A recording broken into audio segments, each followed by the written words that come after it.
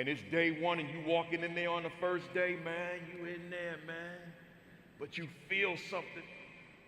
It's right in here, man. And it's screaming, and it's yelling, and it's saying, release me. And it's saying, I am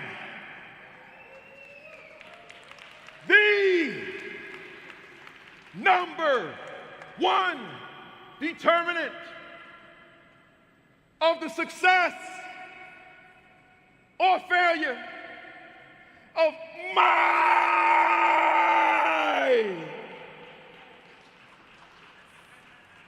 students. Hey, y'all, when you get back, kick some butt, and I'll see you in the winner's circle celebrating your victory. Let's go! Let's go! Let's go! Let's go! Let's go! Let's go! You got this! You got this! You got this! Thank you, everybody. And we are live. Good morning. Good morning, good morning, good morning. Welcome to week 220 of the AP and New Principles Academy. Man, these numbers is high already. We just getting started. We got Sharon Wright in the building. She said good morning to myself and the queen from Blandon, PA. We got Mona Obamolak is in the building. She also said good morning to myself and the queen. We got Takesha High. And Takesha High, I see these comments when y'all put them on before I go live. And I'm like, you said currently leaving Nashville. That means, I'm assuming, you didn't introduce yourself to me as Takesha High. You just kind of like, we talked and chatted, probably took a pic or something. Man, y'all gotta tell me when you fam and you're somebody that puts your name in the thread, you gotta tell me in person, man, because like you special fam, right? You ain't regular fam. You special fam because I read your name every week, so I feel like I got like for example, there's Grace Castaneda. So when I met her at a conference, I think it was ASCD last year, she was special fam, right? Because I read her name every Saturday morning, right? So, hey, so y'all, when you see me at the next time, some of y'all gonna be at the NASSP, NAESP in Nashville tomorrow for my pre-conference, or Monday for my regular session. When y'all meet me, if you, those of you who are going, if your name is in my thread every Saturday morning, let me know that, because you're special fam. Right? All right, let's go. Janet Strong in the building. Dr. Rachel Edo Eckett's in the building. She says she's going to see me tomorrow in Nashville. There you go. Scott Wiley in the building. Y'all, if my eyes look like super slanted, I mean, I just got home from Nashville, but it was a different conference, the SREB conference, Making Schools Work. I just got home late last night, man. Flight delayed 3 hours. I'm going right back to Nashville for the United Conference when I finish this. So I'm a little tired, but I'm on fire, and that's what matters, right? Let's go. We got AP Patrick Lawrence in the building out in Connecticut. Shantae Jackson, good morning. Marsha Poe, San Diego. Man, Marsha, man, I'll talk about it in a little while because you know where I'm going. School Leadership Institute. I'll talk about it in a minute. Michael Benton in Cincinnati, Ohio. And for those of you that don't know, Michael Benton is back in the saddle. He's assistant principal out there in Cincinnati. So give him some love with them emojis, y'all. That's Michael Benton. And if you missed my interview with him, go scroll way back. I don't know what number it is, but just go all the way back. Tashika Truesdale is in the building down there in Atlanta. Dr. Rella Hicks is in Augusta. Ronald Pugh, my man, Cedar Hill, Texas. Portia Ajigbo down in D.C. Rashard Davis, Las Vegas, Nevada. Must be really hot out there, man. Dr. McKeever Jeter, Calumet City, Illinois. Dr. Sheikah Houston and Dr. Tammy Taylor. They showed up back to back right there. Both of them, man, you should have checked them out this morning. If you didn't see them, just go back and check the video. Create and Educate. That's every Saturday at 10:30. Go to right to Facebook Live. Sean Hurt, 10 o'clock, man. He always dropping the knowledge as well. That's at 10 o'clock. Sean Hurt, and then myself, 10:55, and then Josh Tovar with the PDP podcast Sundays at 5 o'clock. I was whispering in Josh's ear the other day via text. I said, Josh, man, the football season's coming, NFL. You might want to move that 5 o'clock start time, right? So we'll see, we'll see. Because I was just saying to the fam yesterday. I mean, I need my NFL Sundays, man, and it's like it's been too long. I need to sit here and watch some football all day. So we getting there though. We getting there. Where we at? We got Alicia Scott is in the building. Olive Branch, Mississippi. Ann Farris is in LA, Los Angeles. I appreciate you waking up early to and as they say in the Baptist church, and see it not robbery, right? To be with the AP and New Principals Academy. We got September Devon Vance Daniels out here in Jersey. We got the good Dr. Vincent Stallings in the building. He probably somewhere lifting some weights while he's watching. That's what he does, man. We got Justin McMillan in the building. I'm getting ready to stop, y'all. Tracy Jefferson is in the building. Where we at? Melissa Jones Chunu out there in Tulsa is in the building. Sherrod Laws, Derek Gray, Mobile. Oh, Sherrod said Hotep. And I say back at you, Hotep. Or I might say Hetep Poo. Folks on here like, what they saying, man? We just saying peace. That's all. But we went back to Kemet. Somebody said, where's Kemet? You better do some research. That's that place. It's called Egypt, which ain't really Egypt. It's Kemet. Kemet. Let me stop teaching, man, because I'll get sidetracked. We got Sherrod Laws, Harambe. He said, everybody throwing them African languages now. He said, Harambe. Man, what's going on? Somebody said, what's all this language, man?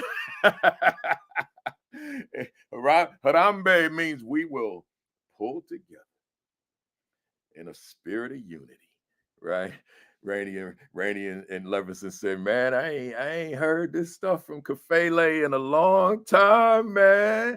Y'all got to be on here with me. I'm getting ready to close out, man. I'm looking for Jersey, and I just found it. Always got to end with Jersey. Asia Burnett checking in from Jersey, right? So good to see you. Is that Burnett from Franklin Township?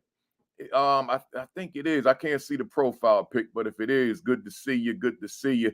I mean, we got New York City, man. Dina Freeman, I see you out there. I got to shout you out too, man. You homie. Hey, y'all, let's get started. Let me say to everybody formally, good morning. Greetings. Welcome to week 220 of the AP and New Principals Academy. Man, I've been telling y'all for 2 months or so now that with that new operating system with Apple, it mutes when I say fire, right? But like I had a strong week, y'all. It really was. I hope your week was equally as strong as mine.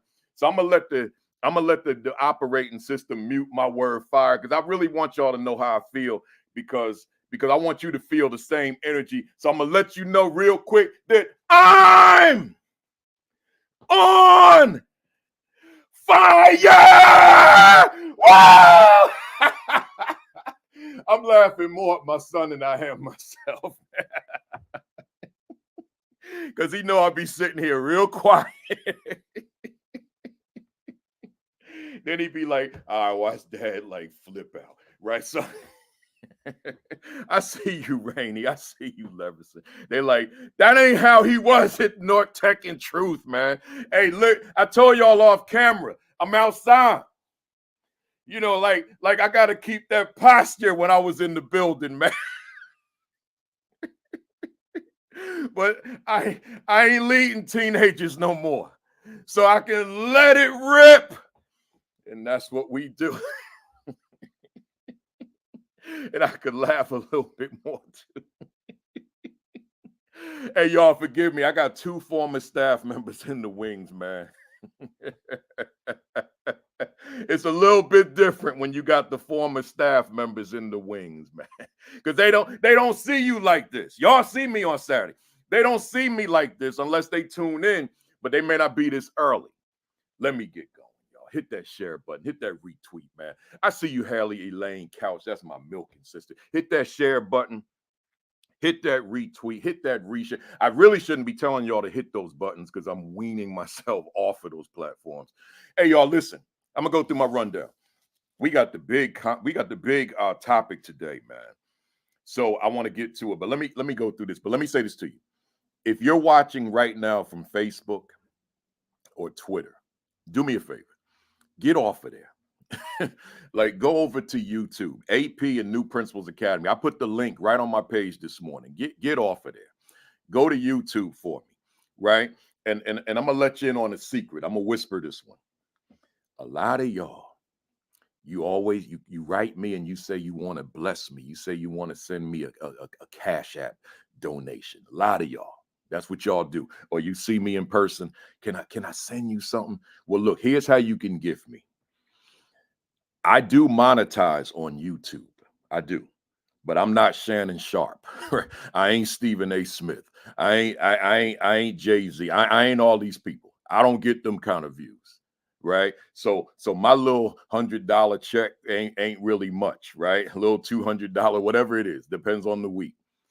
But if you flip over to YouTube, it will increase my little check by a little. It'll get me an extra tank of gas, right? If you go over to YouTube, it'll put more viewers on the YouTube side, and I can fill the tank instead of getting a half tank. How about that? I can fill the tank instead of getting a half tank. So that will be your blessing to me, for those of you, because there's a lot of y'all that always say, I want to bless you, Kafele. You're giving us this free content. People say to me, you made me a principal. If it wasn't for you, if I didn't find you on social media, if I didn't hear of you some kind of way, I would not be a principal. My translation in my mind monetarily is, you're saying to me, my lifestyle wouldn't have changed. That's what you're saying. Because your salary double, if not triple, depending on where you are, right? And you giving me all that praise. I'm saying, all right, I don't need the Cash App. I don't want it. That's why I never give the people that ask me my Cash App account. But if you do want to bless me that way, come on over to YouTube. That'll make my check a little bit bigger, right? I ain't getting no Shannon Sharp money. And even if I had access to Cat Williams, I ain't bringing them on here because this ain't what we do, right? So we just talk to leaders. That's what we do, and aspiring leaders. So go over to the YouTube channel, hit the subscribe button, and once you hit subscribe, a little bell will pop up that says notification. Click that, right? And that way you'll know when I'm on live, and it'll always be at 10:55 on Saturday mornings, right? Always. So make sure you do that for me. And that'll be the blessing for me. I will be blessed if you can do that for me. All right, let's go. Shout out to School Leadership Institute. That's my institute. I've been promoting it all year. July 9 and 10, we had like 100 people coming down to join us, and a hurricane came. Hurricane Burrow. So at the last minute, I called my business partner, Tammy Moy Johnson, and I said, Dr. Tammy Moy Johnson, I said, let's do it virtual. And I appreciate that, Sean, and the rest of you saying you switched over. I appreciate that immensely. And I called my business partner on this particular venture, and we went virtual. A lot of people didn't know we did it, but we had 11 people. Let me tell you something. 11 people was fine with me. I tell my audiences all the time, if one person shows up, I'm going to deliver as if it was 10,000. You're not going to see me diminish because one person's in the room. If one person so them 11 people that were there, like I see Yolanda McKinney right now, and I know Yolanda can attest that we went 4 hours on the 9th and 4 hours on the 11th, on the 10th, and I was sitting right here. I don't like those virtual presentations, really, but I spoke to them folks, them 11 folks, including Tammy, which made 12 with me on the screen. I spoke to them folks as if it was a room of 10,000 people giving me a standing ovation. That's how I did that. Don't matter to me. Just give me somebody, and I got an audience, and now I can go ahead and deliver my message, man. That's how I get down, right? And that's how I want you to get down. You know, it doesn't matter whatever your situation is in your school. Lead to the best of your ability. Lead at a high level. That's what it's about. All right. So shout out to my School Leadership Institute. And we rescheduled. October 8 and 9. October 8 and 9, we're going to be in Houston because we have a commitment to that hotel. So we still going to Houston, and we pray there'll be no hurricanes coming there. Thoughts and prayers to all the people in Houston who are part of our fam, who are in Houston and had to endure that storm, including the loss of power. My guy Eric Cork, who's been a guest on here, he, as of yesterday, he still doesn't have power. As of yesterday, hopefully he has it now. But certainly thoughts and prayers to everybody that lost power, that their property was damaged and all that kind of stuff during that storm, which wasn't forecasted to be that devastating, right? That was, I don't even know that it came in as a Cat 1, but here we are. I see you, JT. So here we go. Let me keep going, y'all. Let me go quickly. Shout out to welcome, I should say, to the first timers. If this is your first time, please don't make it your last time. If it's your first time, then you got to catch up on the 219 sessions that you missed. So go to the YouTube channel, AP and New Principles Academy. If you're watching me on Facebook right now, get off of there and go to YouTube. Hit the subscribe button. If you're watching me on Twitter, get off of there. Go to YouTube and hit the subscribe button. I want to be exclusively YouTube. On August 3rd, we will be exclusively YouTube, but I will always share the link from YouTube onto Facebook and Twitter and LinkedIn as I did today. So all you have to, if you're on, you can go to Facebook and the YouTube link is on there live on my page. Twitter, it's on there live on my page, right? LinkedIn, the YouTube link is on my LinkedIn page live right now in real time. You can just click that and it'll take you over to YouTube. I appreciate that. All right. NASSP, NAESP United Conference. Those of you out there who will be there, join me tomorrow morning, 8 o'clock to, 8:30 to 11:30, I think. And then I'll do the same. I'll repeat the same session, 1 o'clock to 4, whatever it is, 4:30, I think. So come on out there and join me. Then I'm doing another session on Monday, right? I don't know what time. Just look in the program book. Come on and be there with me. Show up and show out, and we'll have a good time and all that good stuff. Black Educators Rock Conference, July 18 through 21. That's coming up this week. So join me. I won't be there till the 20th and the 21st, but be there for the whole conference, 18 to 21. I think I got 2 of my former students going to be there. Levinson knows one of them, and Rainey knows both of them. Takia Little and Shanavia Davis are supposed to be there. So we look forward to my former students being in the building. Real quick, those of you that don't have the Assistant Principal 50, get your hands on it. The Assistant Principal Identity, the newest joint, get your hands on it. The Principal 50, get your hands on it. The Aspiring Principal 50, get your hands on it. Is my school a better school because I lead it? What am I going to say? Get your hands on it. Make sure you get your hands on these 5. These are my leadership books. And then, my new one, What is my value to the teachers that I supervise instructionally? That'll be out in December, but you can pre-order in October. That's going to be the most important book I've ever written in my entire life. Right? Make sure that you get these other 5, but that what is my value to the teachers that I supervise? Make sure you get that one as well. Let's go. Where we at? Be sure to like and follow the AP and New Principles Academy Facebook page. Right? Be sure to like and follow that. I don't live stream from it. It's supposed to be set up for me to write commentaries, but I've been doing some serious self-care on Sundays and not doing any writing for the spring and summer. I'll get back to it in the fall. But in the meantime, like and follow it. We're at 10,000 followers on the Facebook page. We're at 21,980 followers on Facebook. Maybe by the end of the day, we'll be at 22,000. I shouldn't say followers on YouTube, subscribers on YouTube. We were at 21,980 when I came on. Maybe y'all took us to 22,000. If you didn't, please go over to YouTube, AP and New Principles Academy, hit the subscribe button so we can take it up to 22,000. And from there, we'll start working toward 23,000. I'm just trying to do my role, man. I'm trying to do God's work. I'm going to be very frank with you. I'm just trying to do God's work, do my role, and being able to touch the lives of leaders across America and beyond the shores of America, across the world. So with that being said, I'm ready to go, man. Let me just give you my commentary, my monologue. I'm going to be short with it, y'all, because I went a little extra here. But let me give it to you real quick. My monologue title, A Counselor Never Sent Me a Lifeline. Once again, a counselor never sent me a lifeline. I came up with that title on the flight last night. Let me just give you my words on this. I'll keep it brief.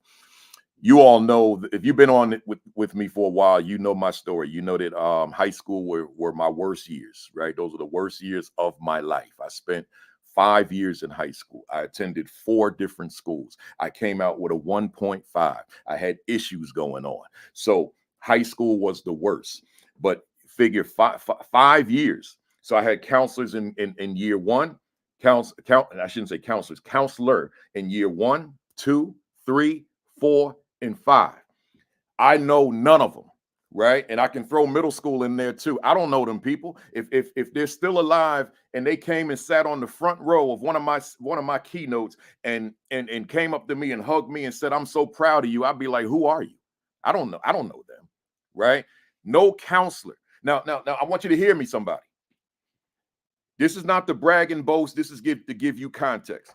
We're talking about a guy talking to you right now that's written 15 books, 9 ASCD bestsellers, right? We're talking about a guy that's achieved over 150 awards in education, primarily in leadership.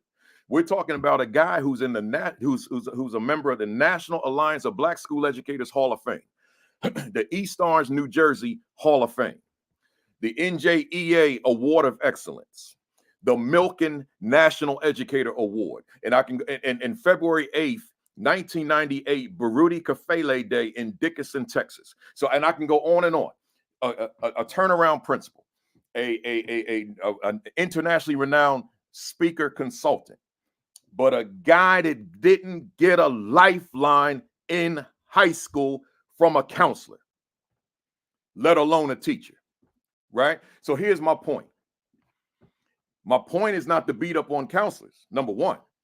But my point is to say to the fam out there, let me put the mirror up, to the fam that's watching right now or who will see the video, is there a possibility under your watch that there's a youngster sitting there with the same wealth of potential that I had, the capacity that I had? Because who saw it?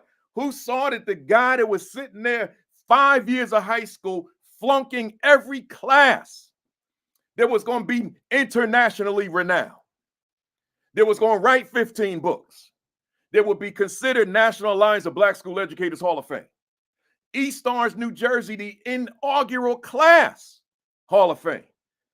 Who saw that coming? So now I'm sitting there in the classroom, quiet, not doing nothing, silently failing, and nobody says, "Wait a minute, that kid got something in him." Nobody threw me a lifeline.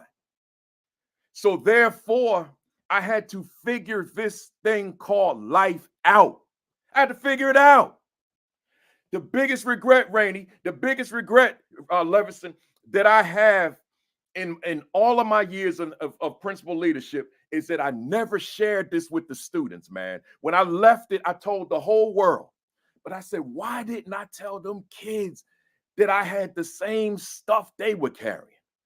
That's my regret. I said, a lot of them know now because they see me online, but they didn't know in real time, man. It would have humanized me more so than I was.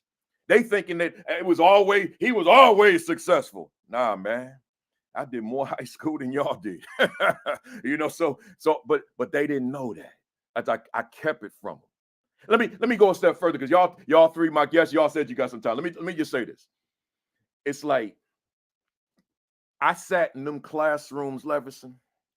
I sat in them as I would say, Lev. I sat in them classrooms, Lev. I sat in them classrooms, Rainey. I ain't tell y'all this. I'm telling you now. The world knows, but y'all don't know. I was sitting in them algebra classes, them geometry classes, them chemistry classes, them physics classes, and I wasn't just there to observe. Y'all hear me, fam in the academy. Hear me on this one. I was sitting there trying to pick up some of that content, man. I came out with a 1.5. I ain't know nothing. I knew pedagogy. And I was good with that. But I said, on the sneak tip, let me learn these lessons. And here's the problem. And it made me a better instructional leader. I'm trying to learn the lesson. And in those classrooms that were highly auditory, I'm the principal of the building. I couldn't process. And that's when I found out as a principal that I am not an auditory learner. Woo! Woo! I said, I'm not an auditory learner, I'm visual. So how you get through college? Summa cum laude with straight A's. Because unbeknownst to me, with no note-taking skills, I wrote down verbatim, even the letter A in the word the. I'm writing everything the professor's saying. Then when I go to the textbook, I'm looking at the text and I'm looking for that which coincides with the notes. And I'm highlighting that in yellow. Then I'm studying that. So I didn't know scientifically what I was doing. I took the auditory lecture and converted it to visual and kinesthetic, not knowing that that's how I process information. I figured that out as like a 45 years old in some classroom as a principal. Imagine that. So I'm saying that to my fam out here to say, hey, somebody, you got some kid that's in that school that's struggling. The behavior is defiant. That's coming to school smelling like weed. This violating all the rules. That's not getting the work done. They could care less about school, could care less about you. And there's nobody throwing a lifeline. Oh my God, man. Nobody's throwing a lifeline. You don't know what that kid is, man. My mother is on here right now. She's on. She hasn't missed one of these. So I'm gonna just say this because I know she's on. If she wasn't on, I wouldn't even tell y'all this. My mother, 100% of the conversations will say to me, she'll find a space, an opening to say to me, I just can't believe what you do now. I'm just so proud. I know she's sitting home laughing right now. I'm just so proud. How are you writing all these books? Right? Like she just but I know you're getting ready to do more. You know, all that kind of stuff because she remembers. See, and and I know my mother would get on me if I don't say this part. And she says, but I always knew. She says, I was just waiting for you. See, she'd be mad if I didn't say that part, right, Ma? She said, I was waiting for you. I knew it was coming. I just didn't know when, but I knew it was coming. Hey, y'all, my monologue went overtime, didn't it? Right? Hey, y'all on YouTube with me now. So they got a share feature there. You can share to Twitter. You can share to Facebook. You can share to LinkedIn. And then your friends on those platforms. See, you see how that works? I just don't want to broadcast or live stream from those platforms. But I still want you to share it over to your friends and followers, etc., who are on those platforms. So with that said, enough of me.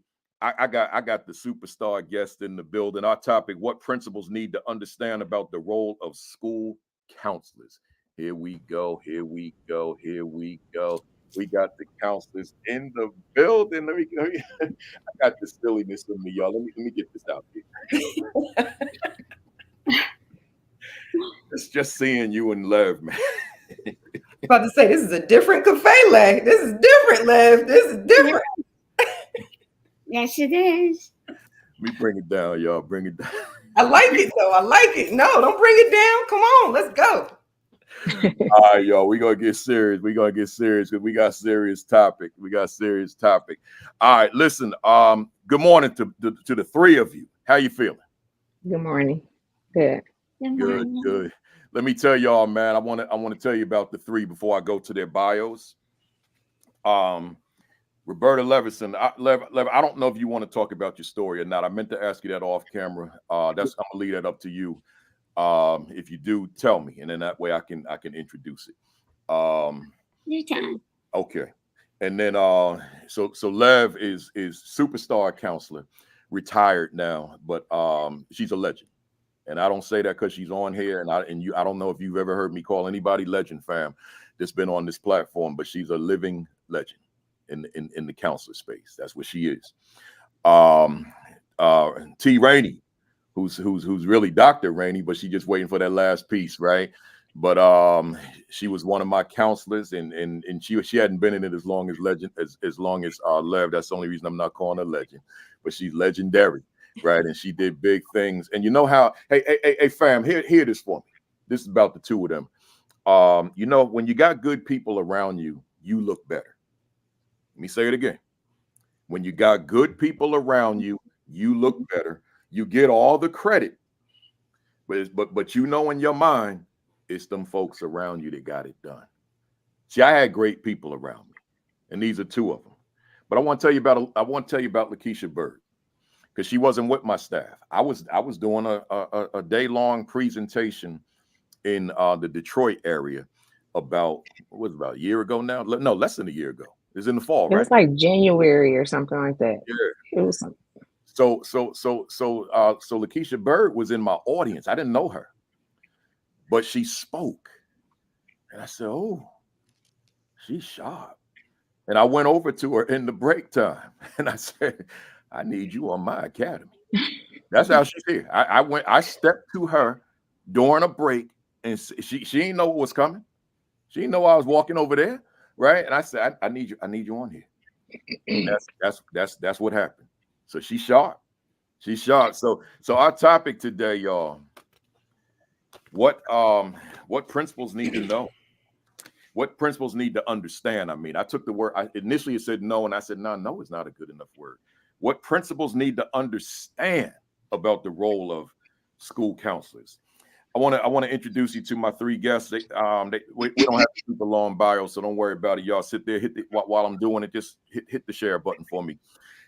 Miss T. Rainey, a distinguished licensed professional counselor, consultant, and mediation teacher renowned for her unwavering dedication to enhancing the emotional well-being of both adults and teens.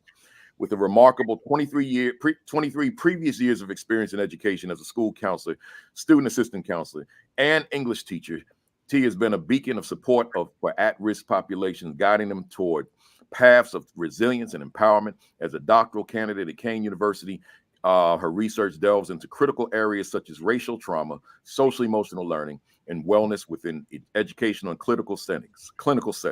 Her commitment to advancing these fields is evident through her specialized training in teaching mindfulness meditation to students acquired from the esteemed Mindful Schools program, and her ongoing journey as mindfulness-based stress reduction trainee at the prestigious Mindfulness Center at Brown University. A captivating speaker and advocate for emotional wellness, mindness, and empowerment, T. Rainey has captivated audiences with her insightful talks and workshops.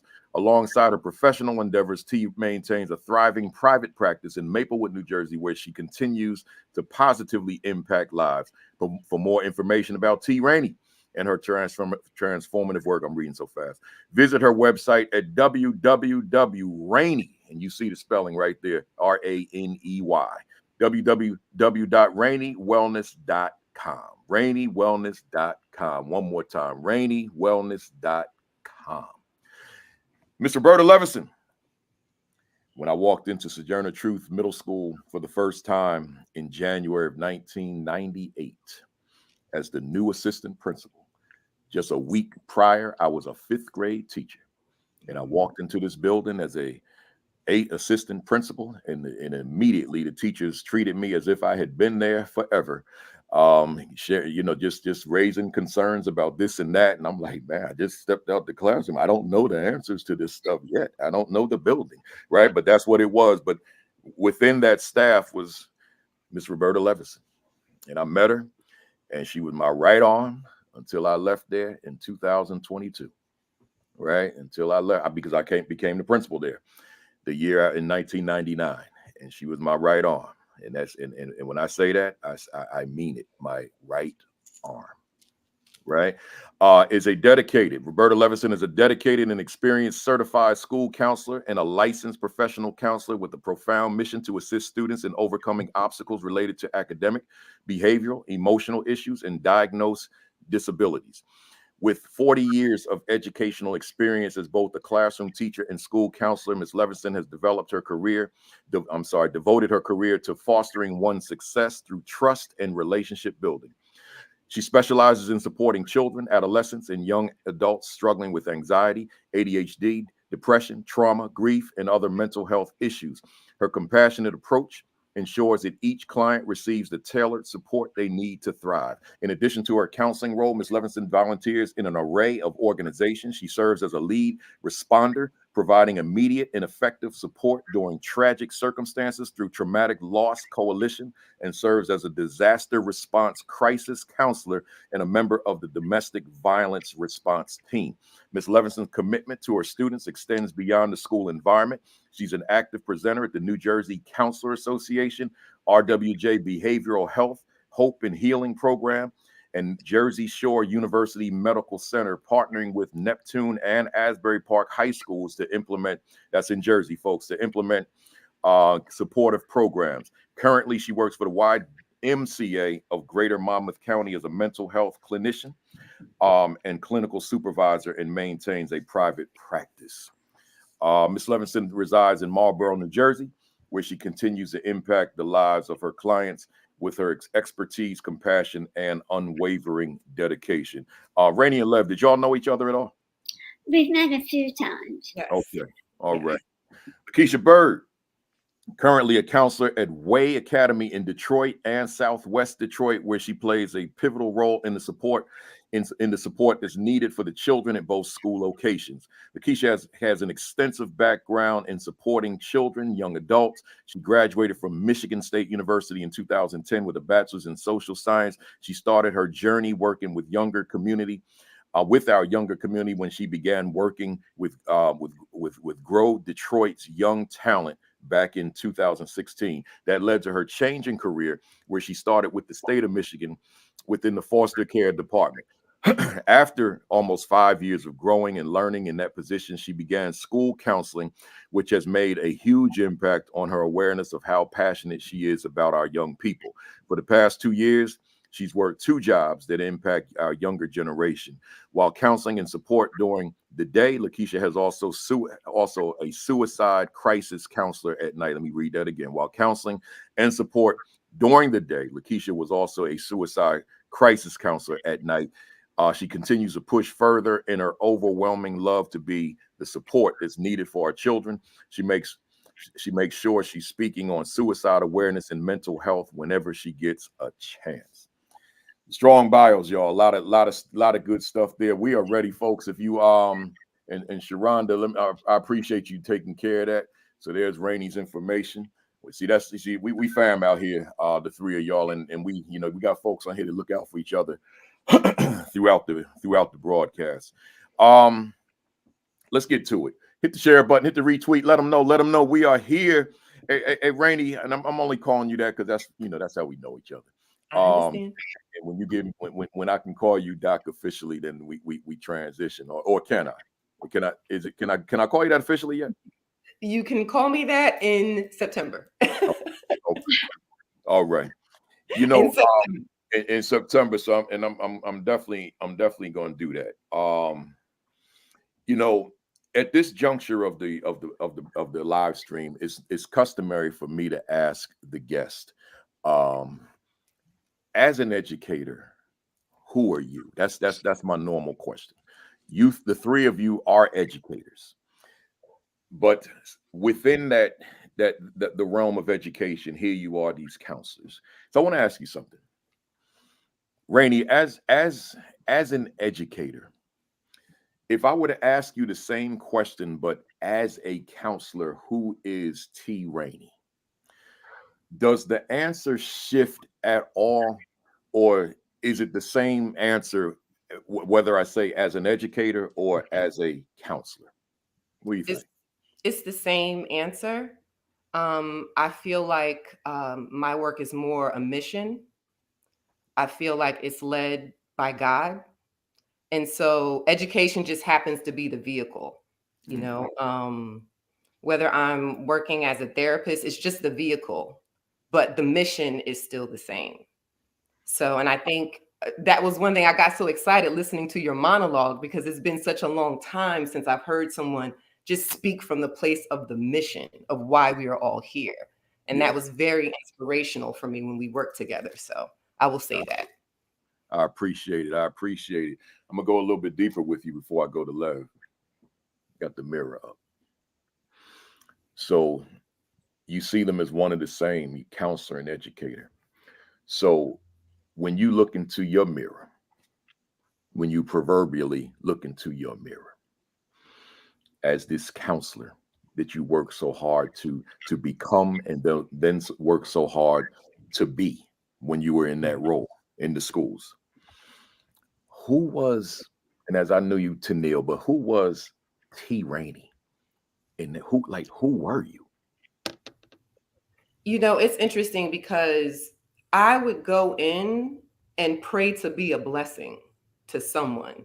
You know, it didn't necessarily have to be in the capacity of, you know, what we were doing in terms of education for that day. It could have just been like a conversation, it could have been a compliment, but I understand that my role was there to support. And it wasn't even just for students, it could have been for adults as well. But my thought about that was I want to be a blessing. When I enter this space, when I go, you know, into this room, I want to come in as a blessing to people. So I Yeah. always attempted to work from that position and live from that place, really. I love it. I love it. Let me go to Lev, and the same question. Let me give you that first part, that part A first, Lev. You're an educator. And as I was saying, I always ask, it's the first question every guest I've had on here. We've had like over 200 guests, and I say to them, who are you as an educator? Not who are you as a person, but who are you in just that narrow education space? But here I got three counselors, and I'm asking you first: is there a distinction when you think of yourself as educator versus when you think of yourself as counselor? Is it one and the same, or is there a shifting at all?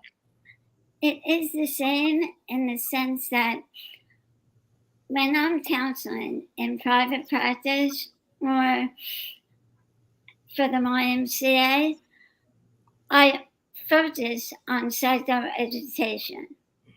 If I have a client that has anxiety, I make sure they know how their brain works.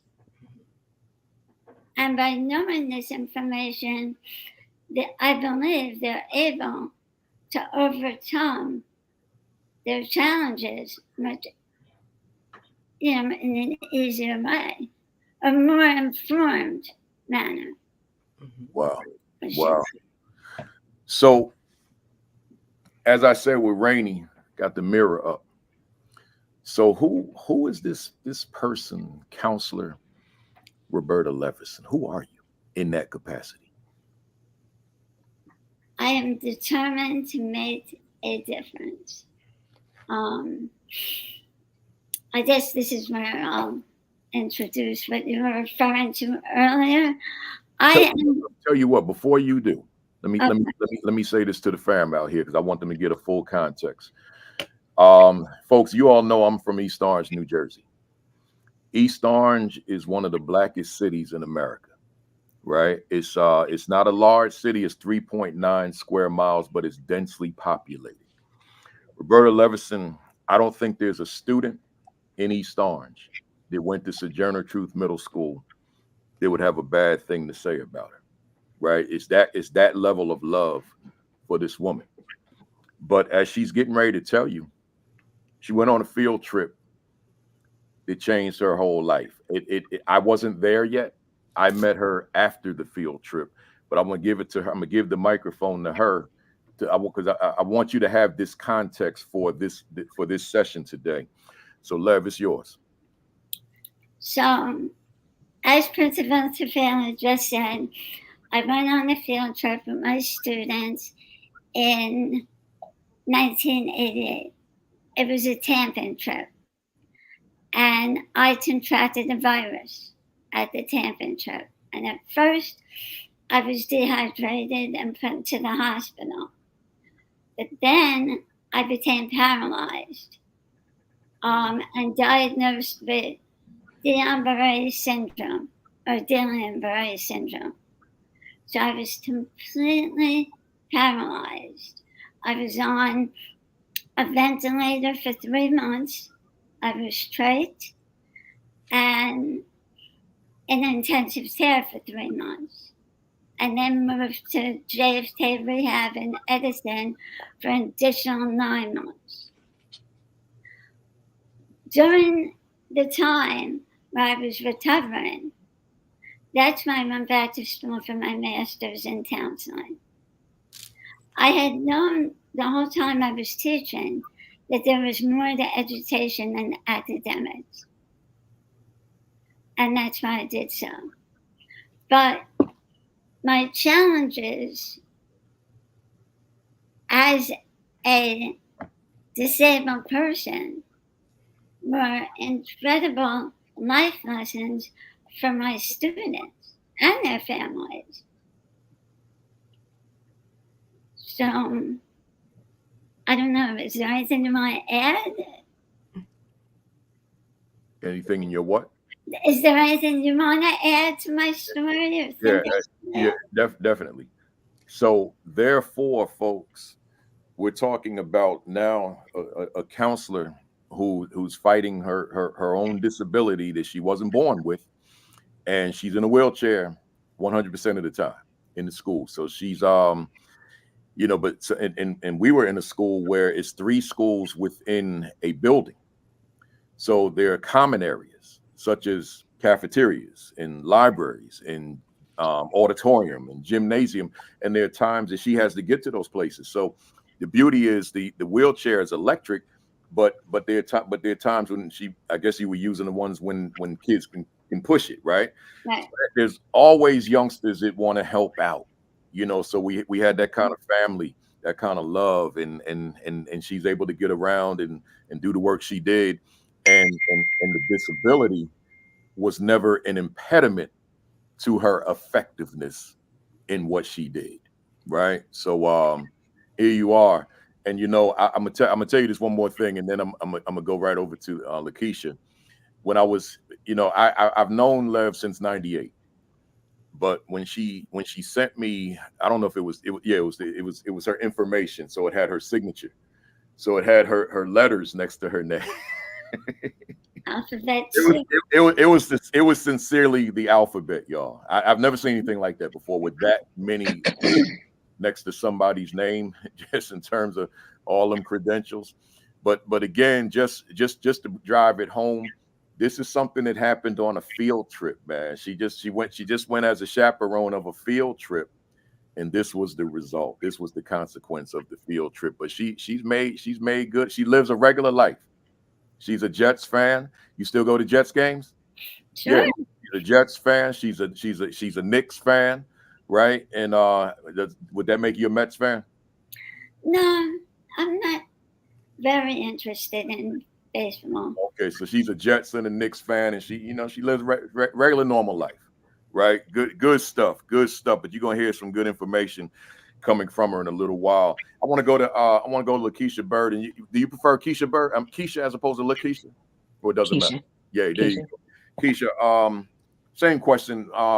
When you look at yourself, and I know you do a lot in suicide prevention, but I'm always interested. I'm always curious about that question of who someone is as an educator. But I got counselors on today. So with you, does it shift at all, or do you still see it as who I am as educator is who I am as counselor? So for me, just like T said, I do feel like that's the overall mission. But I do feel like it's a shift. I as a counselor dig a little deeper.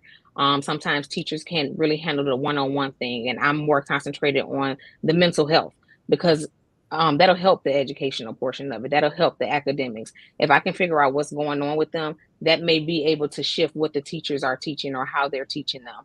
And sometimes, like I said, the teachers are not able to do that one-on-one. So I feel like that's my position. I do focus a lot on education and credits and academic goals and things like that. But I need to go a step further so I can help you reach those goals. And it goes back to how you said about the lifeline. It may be a little more help that one person needs than the other. Yeah. So I feel like that's where I stand. I love it. So therefore, to sum it up, as this educator, as this counselor, got the mirror. Who is Keisha Bird? I'm that person. I'm that person for them. And I feel like every student, sometimes staff, they need that person because sometimes they don't have it at home. And I'm just their advocate. I'm the advocate I'm going to speak for these kids at the end of the day. Love it. Hey, Lev, for whatever the reason, you chose counseling, and I guess some of it was from the experience. But if you could go a little deeper for us, why are you in why did you choose counseling of all the aspects of education that you could have chosen? And did counseling produce for you what you intended to see relative to your results? Mm. So I chose counseling because, like I said previously, I realized after teaching there was more to students than academics. And I remember having a child that was from Haiti, and I spent a lot of time with him because he was behind. He hadn't been to school. So I started thinking about my education and my psychology classes. At what stages of Piaget is this kid in if he's never been educated? And how do I help him? Because this is not the normal, or I shouldn't say normal, but the way we were taught to teach. So that was what made me interested in the field of counseling, to help the students be successful Yeah, by meeting their needs. by meeting their needs and coming from a different, I guess, a different angle as opposed to that teacher in the classroom who's teaching children academics. And yeah, no, it makes sense to me. Let me go to Rainey with the same question. Why counseling? And did counseling produce for you what you intended for it to produce? Mm. So when I started out in my career, I was actually in fashion. And that was always my dream. Thought about that as a dream. Accomplished some things with that. And started teaching. Really, substitution was like my job that I could do in between auditions to make extra money. And I loved the kids. I loved working with them, my family, their educators. So it just became a natural transition to go into education. I found that in the classroom when I was working as an English teacher, that I would spend more time talking with the students about what their goals were, what their dreams were, about what they wanted to do. And in my mind, I felt like, oh, okay, perhaps I would be better suited as a counselor because I feel like I'm doing more of that kind of work. You said, did it produce what I thought it was going to produce? Was that the second part of the question? Yeah. I would say it honestly depended on the leadership. It depended on where I was able to be a school counselor because, the school counselor role does not look the same, depending on where you are. That's right. Under you, I would say yes. But, there were certain instances where it wasn't exactly like that, where it felt more like, almost like more administrative, like it wasn't even really time to talk about some of the issues or some of the concerns coming along or talking about dreams. It was very like, we have to get this done. We have testing. We gotta get this done. And those times I would say, no, I did not sign up for that. But I really gained so much value out of just working with the students, working with teachers, just working with everyone. That part was good. But so I'll say like it was like 50-50. It just depended on where I was. Yeah. No, that makes a heck of a lot of sense. I appreciate that. Keisha, same question. Exact same question. Why counseling, and did it produce for you what you intended for, or has it been, because you're currently still in the role, producing for you what you intended for it to produce?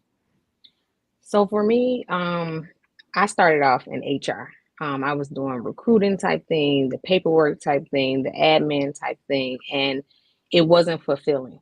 So I felt like I was in a place of now I need to find what's fulfilling to me.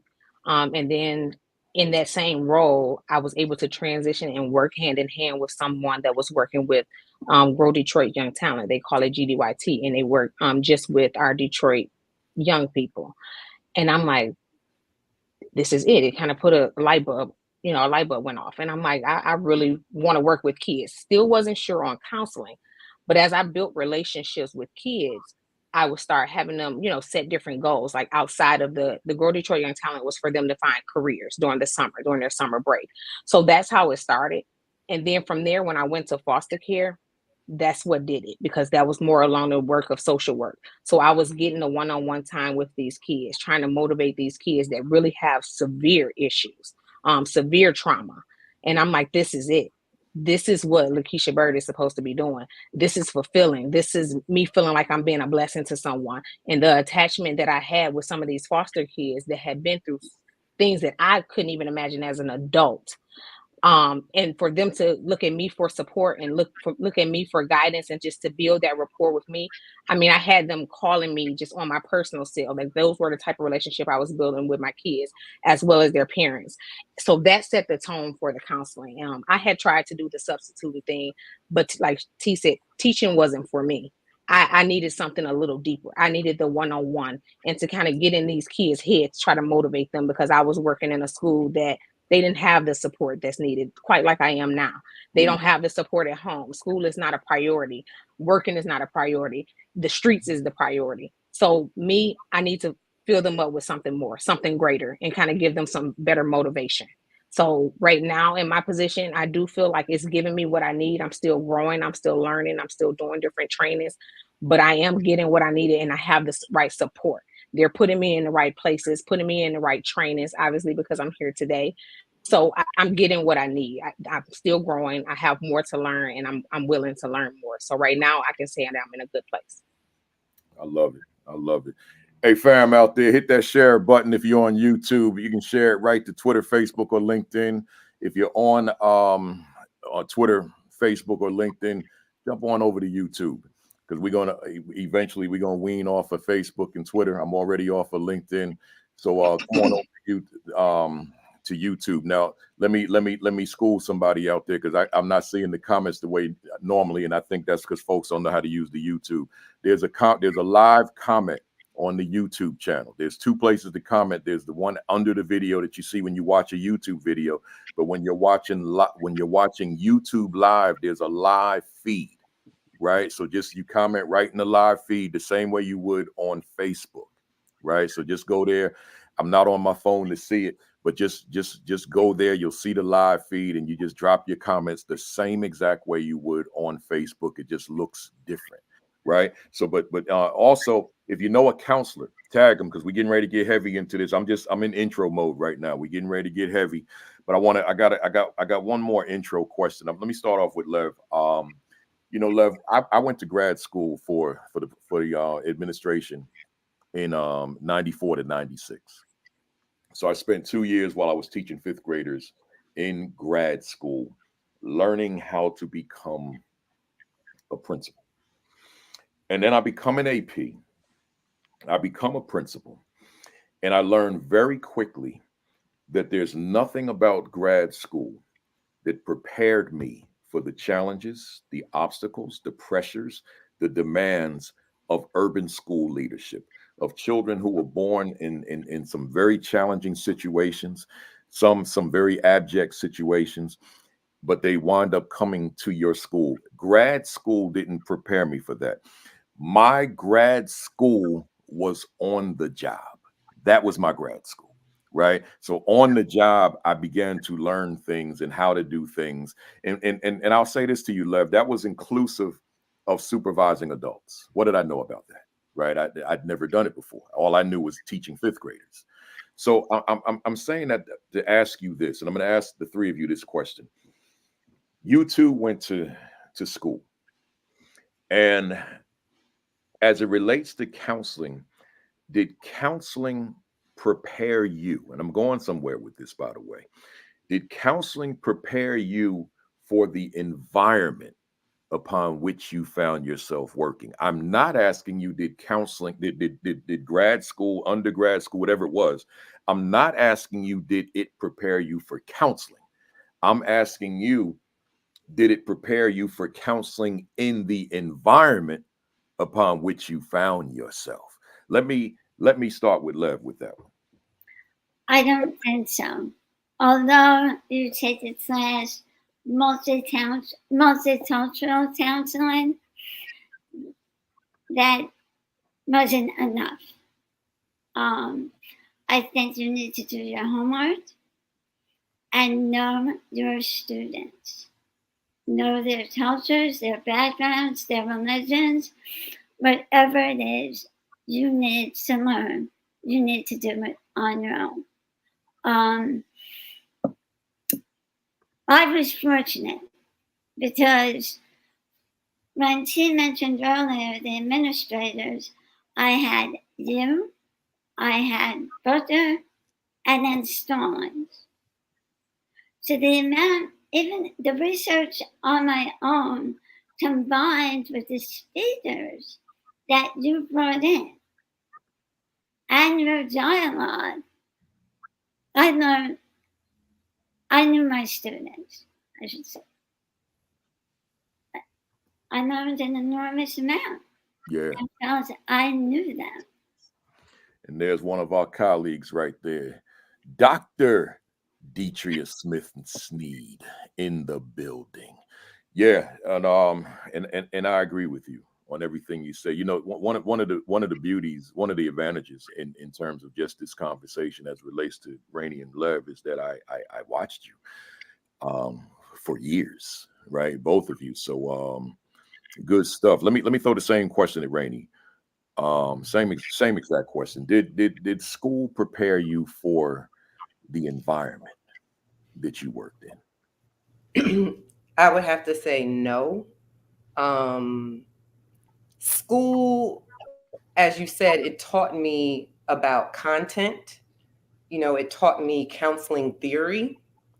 I think it was my own life experience that taught me about the population I was working with. I grew up in Irvington, and also I would be remiss if I did not mention my parents. That's My right. father was a basketball coach in Newark Weequay High School. My mother, she was a home economics teacher. But when I say home economics teacher, she was one of those like school mothers at University Middle in Irvington. So I was brought up in this environment where it was all about community, all about, the mission of helping to bring people up. So I would say I learned more of that from my parents more so than anything. You know, and and I thought about this with you for a while, for a very long time. You know, you said your father was a basketball coach at Weequay High School, but actually he was an extraordinary basketball coach at Weequay High School, and I've always wondered the influence of his mindset as a coach, what impact that may have had on who you became as a person, but also who you became as a counselor, you know, and as a leader in terms of the entrepreneurial work that you do, because his mindset was leadership as it related to basketball, right? And I've always wondered about that correlation. It was it there? Oh, 1000%. Mm. I was one of those kids, and I'm sure there's many that probably do this, that bring their children to work with them and may bring their children to activities and different things. I was one of those children that was always at the school, where, the school secretary knew who I was, or, they just knew me. I was a part of that family. So I grew up in that community and just understood that the work that I do, whatever it is that I put out there, it's not just for me. It's like what's the purpose of that? It's not just for money. And so I can even remember being like in the 6th grade and my father picking me and my sisters up from elementary school. And it was one of his basketball players that were actually driving the car. Mm. And, we got in and we're like, okay, I don't know how this is going to work, but he was teaching him how to drive. So, that just shows, it's basketball players that would be over for Christmas, for Christmas dinner. So again, it was very much ingrained into my life, very much so. Wow, good stuff. Good stuff. Keisha, same question, and then we're going to transition a little bit. What do you think? Did schooling prepare you for the environment upon which you work? Not at all. School give you book smarts, no doubt. It gives you what you need. But counseling or being an educator, it's a day by day, student by student type of situation. You learn as you go. There is It's not the same child as we go. Every day is going to be something different. It's not like, okay, yep, we're doing geometry and it's going to be geometry. I know how to do this equation. I know how to do that. It's not like that with education and dealing with our students today. We're learning. We're learning each day, and it's not really much in the book that can tell us what we're going to be thrown at every day. So it's the experience all day. You have to experience to even understand where we're coming from. Mhm. Yeah, absolutely. Let's I want to get a little heavier now, and then that's kind of where we're going to stay. Um, I think I'm gonna start with Rainey on this one because of one of the things you had in your talking point. I don't need you to address the talking point on this. I just want you to hear the question. What are your thoughts, if any, on how principals and assistant principals are trained on how best to utilize the counselor? That's for you, Rainey. What are my thoughts on how they are trained? Yeah, I what do you, don't know if they. in other words, what I'm asking is, what are your thoughts on how they should be trained, right? Relative to Mm, how, I'm principal, I come in, I'm new principal perhaps at a school. And in your mind, you know what you want relative to how this principal or AP that you may report to, whomever your supervisor may be, how you want to be utilized in your capacity of counselor. What are your thoughts relative to what's in your head of how you want to be utilized versus how you might be utilized? got it. Okay, I understand.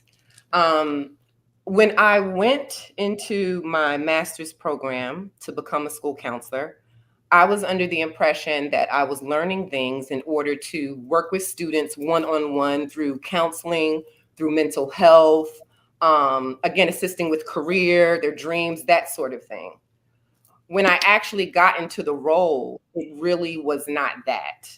It maybe, it infused that to some degree, but it was more, I felt like it was a lot of administrative tasks that I was not prepared for. I did not realize it was like that. Um, if I'm thinking of where we are today in terms of principles, you know, we are in a literal mental health crisis with children, with students. We're in a crisis, it's documented. Mhm. School counselors are trained in mental health. They're trained in it. But in many instances, depending on where they are, they may not be utilized for those skills.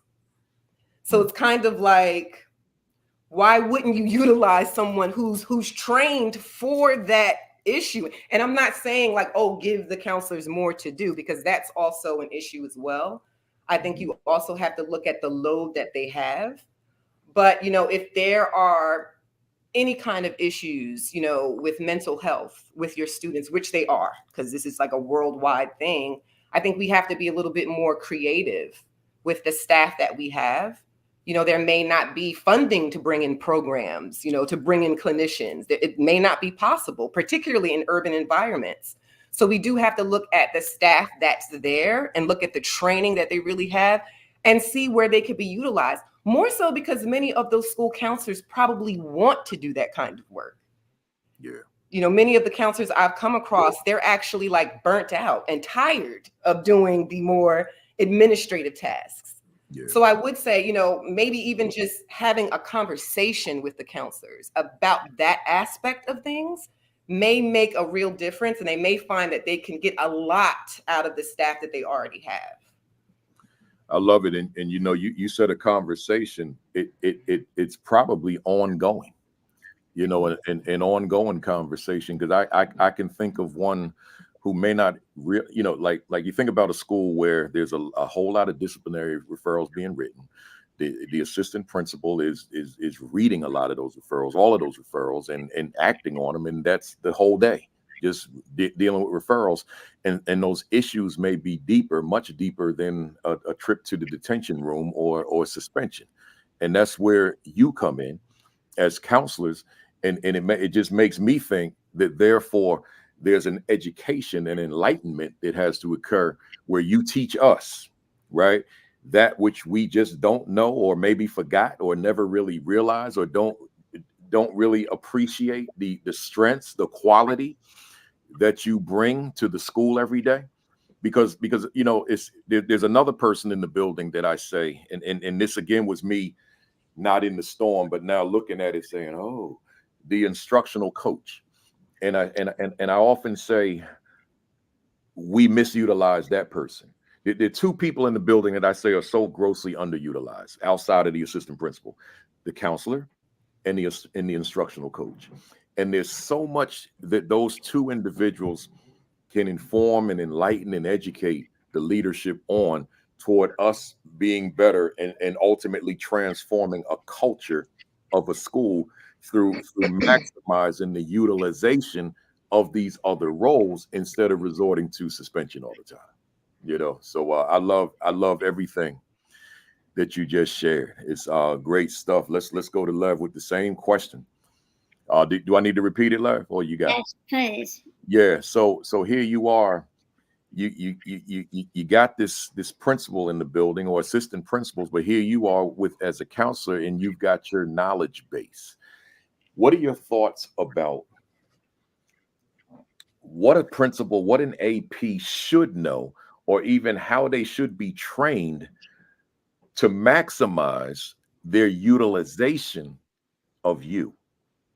So I think they should go to the American School Counselor Association website, look at the appropriate and inappropriate duties of a counselor, Mm. and then determine what is in their control and what battles they're willing to fight.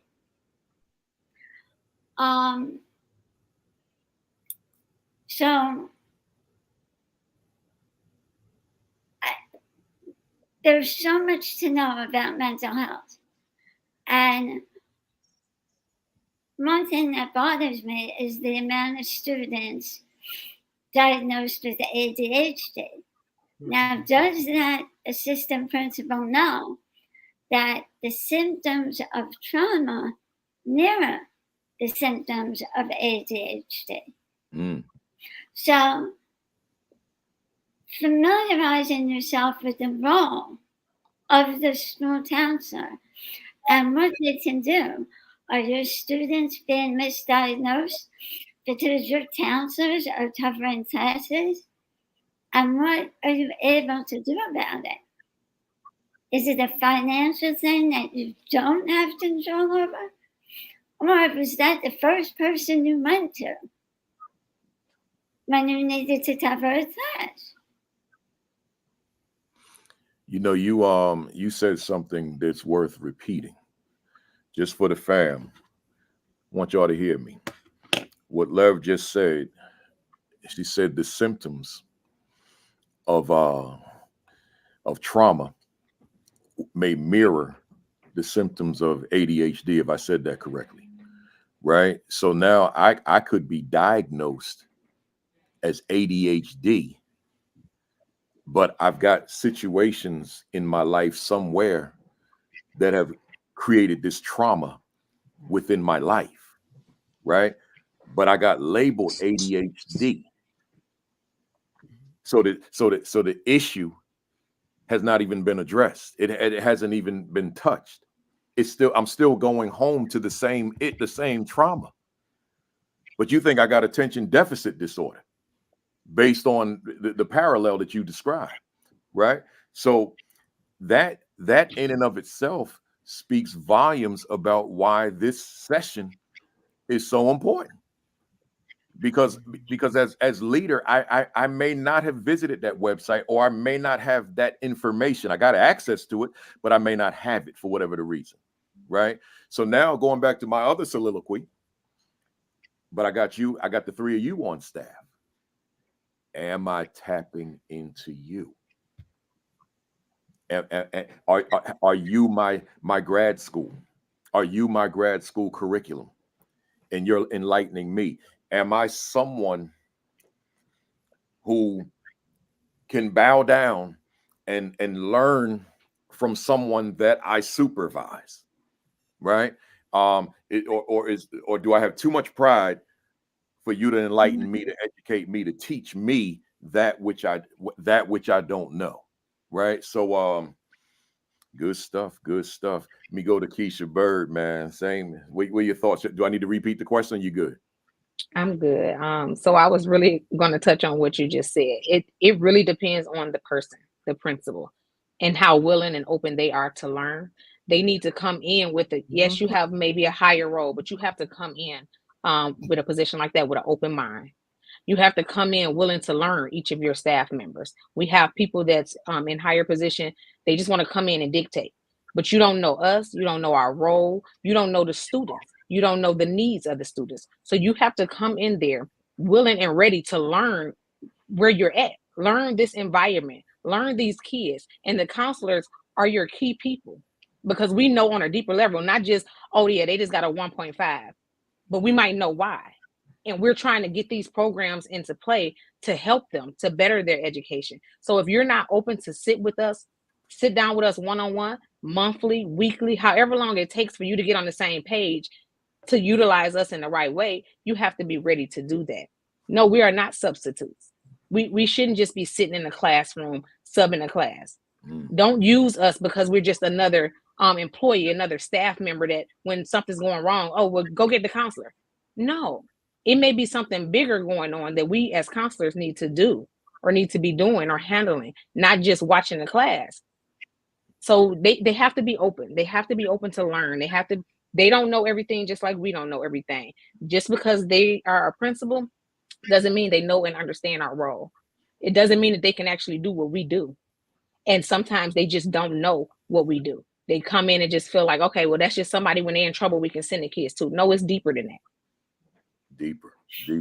I want to stay with you, Keisha. So therefore, where are we getting it wrong? That's what this platform is all about, man. I created this platform to right some wrongs, right? So where, and I work my butt off to make sure that the world knows that this thing exists, right? So where are we getting it wrong here in this regarding this question? It's the lack of communication, the lack of being open, people just coming in headstrong and kind of wanting to do things their way. And even as far as, okay, you're a principal, you might have come from another school. This not that school. This is going to be different. So you have to get acclimated to this and this environment and these students in order to be a principal. You can't just be a principal because you're a principal, because you want the check or you want the name principal. You got to put in the work.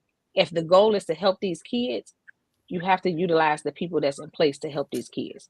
But it has to start with you. You have to be open to learn from us. And we have to be open to learn from you. We have to work together. It has to be a team effort, because at the end of the day, the students is the priority. So they have to start there. I love it. Let me go to Lev on the same question. What do you think? Where we getting this thing wrong, Lev? I think there's a few problems, but one of them is there's not enough strong counselors. I've looked at the different case loads, and ASTA recommends 250 students to one counselor. We have states with 667 students to one.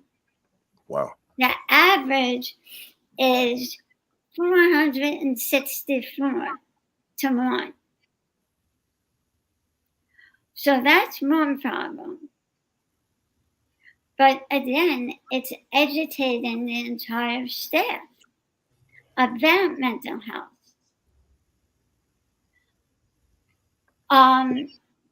We spend a lot of money on academic programs.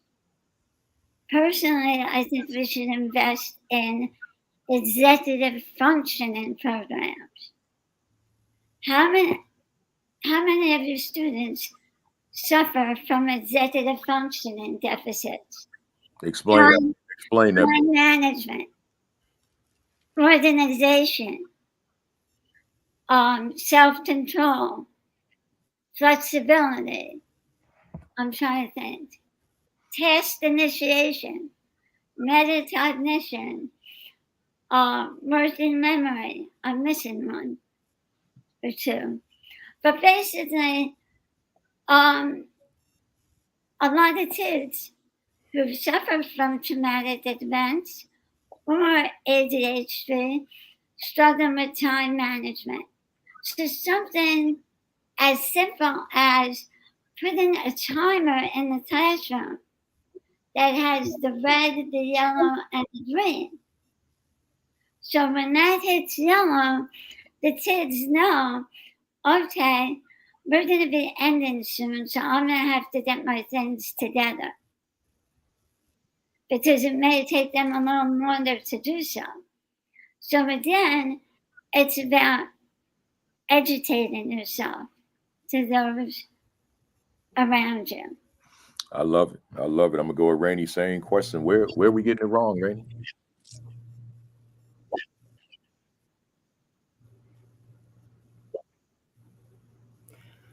So when I think about this, and I think about it from the perspective of the school leader, I wonder if you think about your staff, I think they should ask themselves the question, how many of your staff members would feel comfortable telling you the truth from their perspective on how things are running? How many of your staff members would feel comfortable? And I only say that because, Keisha, I think she touched on it. It's important to be open to learning. And that's not always the case. It doesn't always, one isn't always hand in hand with the other. I've worked for you, and I think because you were very hungry and open and wanted the knowledge, it felt refreshing to actually have an idea or have something that, you felt would help the students. It felt great to bring it to you because you would get excited. Like, oh yeah, okay, tell me more about that. Oh, you know what? Do that. That's a good idea. Do that. You were inspired by that. But then, I've been in other instances where that same type of information was not appreciated. It was actually like, I felt like it was more annoying, where, you just get to a point where it's like, okay, maybe I should just keep this to myself and go ahead and work with the students one-on-one, because this isn't something that's welcome, So I think thinking about the culture and the environment that's created amongst your staff, I think is very important, because your staff will tell you, like most educators that I have worked with, for the most part, they love kids. They care about kids, right? So they'll tell you, like, listen, there's an issue here, or I see this. But when those interpersonal issues start to come up, when those challenges start to come up between the adults, I find that shuts down communication. And so, from a counselor's perspective, you really miss a very large opportunity to assist students, to help them. Because again, as Keisha said, we have a certain insight because we work with them. We may be having conversations with them that are completely confidential, that you may not know, but it has a direct impact on what they're doing in the classroom, on what they're doing within the school system. So I think, thinking about the relationship you have with your counselors and your staff, and being open to learning and making it comfortable for them to come and teach you certain things is very, very important. Love it. Love it. What I want to do is I want to transition to our talking points. And as I do so, let me just go to that screen real quick. As I do so, right now there are 500 real time people watching, and so in other words, there's been thousands that have been in and out, but in terms of people to hear my voice right now in real time, there's 500. And I want to say this to the 500 and those that come in and out. As I said in the beginning, when the numbers were something like 200, we're switching over to YouTube full time. So I want to ask you to Subscribe to the channel now. Hit the notification tab. Once you subscribe, it'll just pop up so that you'll know when we go live, which is always at 10:55 on or 10:56, whatever it is, on Saturdays, Eastern time, right? I want to pull everything from Facebook and Twitter. However, from YouTube, you can share it back to your Facebook page. You can share it back to your Twitter page. You can share it back to your LinkedIn page, right? So that way your friends on those channels can still watch. They don't have to, because they're not going to hear all this if they're not regular. So they wouldn't know that, but you can share it there. And that way they know that we're still on. But in terms of where I live stream, I'm live streaming solely from YouTube beginning August the 3rd, right? But so I want those of you who are fam to get on over there now so that when August 3rd comes, and then when you don't see me pop up on your Facebook and Twitter page, you think that I'm off that week or we took it down or something. Just go on over to YouTube and start getting into the habit. The comment section looks a little different, but it works the same way. And on the computer, it's to the right. It's a live comment, live stream comment, not the comment. When you watch a YouTube video and the comments underneath, that's not what this is. You can access those after the broadcast. During the live stream, you go to the right and you just type in like you do on Facebook. Twitter doesn't even have it anymore. They got rid of it when they got rid of Periscope. But which is another reason I left Twitter. I want to leave Twitter for that reason.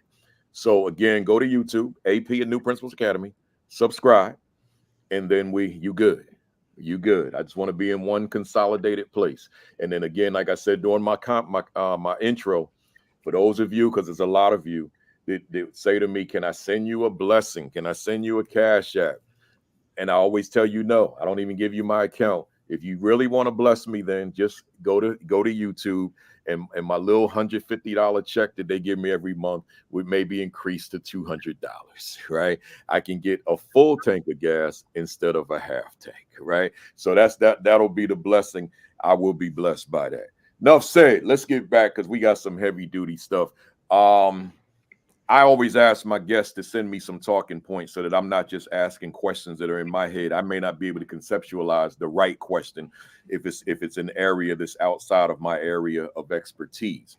So I asked my guests here to send me some talking points about things that they are most passionate about within our topic and within the work that they do. And they did so. So I want to start off with Rainey. And here you said, Rainey, you said as educators, we cannot ignore the impact of mental health. I know we've been talking about it, but maybe you have some further thoughts now that it's the talking point. But again, as educators, we cannot ignore the impact of mental health within the classroom for the students. And here's the big one. I can put capital letters on the word and teachers. See, we talk about the students all the time, but we don't always talk about the mental health of staff. Talk to us, Rainey.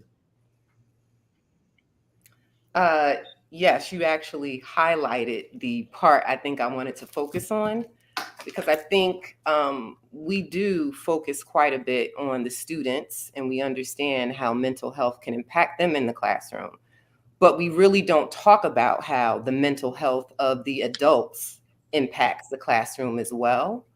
And impacts how students learn as well. You know, if you've ever been in a class with, you know, a teacher that may just be going through something, may be unhappy, you know, like just may not want to be there. The students can pick that up. You know, it's very easy to pick up. And so I think as a leader, it's important to speak to that. Not, of course, you're not going to be a therapist, but I remember having a couple of meetings, school-wide meetings with you, where you would talk about, you know, we're all focused here on the students. So whatever you need to do outside of here to get yourself together, whatever challenges you may be dealing with, whatever you need to do all of that before you come here. Because when we come here, we are focused on the kids.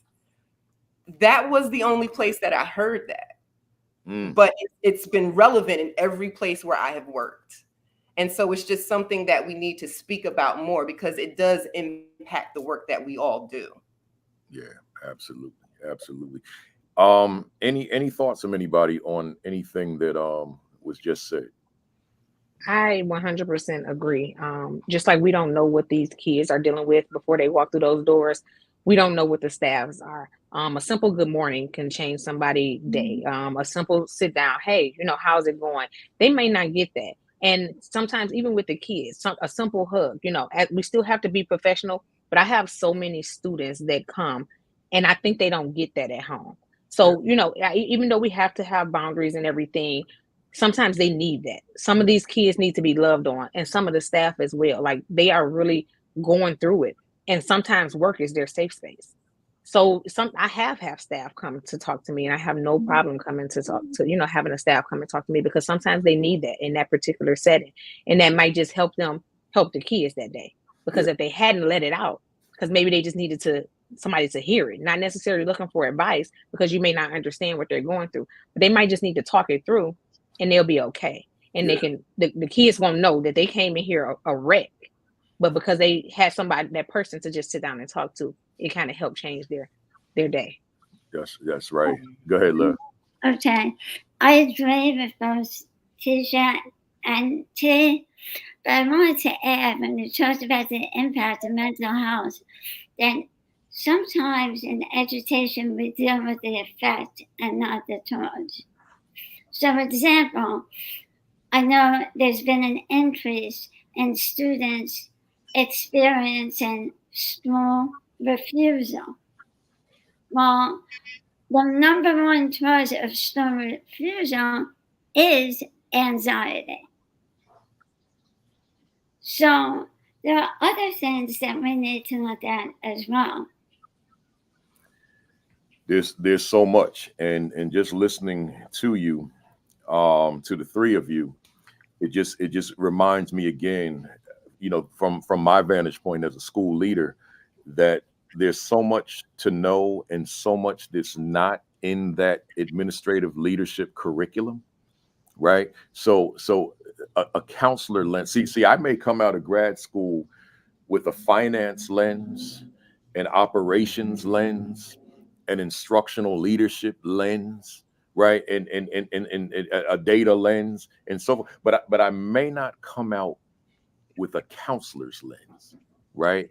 So now that becomes what I know of a counselor might be how the counselor functioned when I was teaching at the school I was teaching in before I became an administrator. So I really don't have that knowledge base.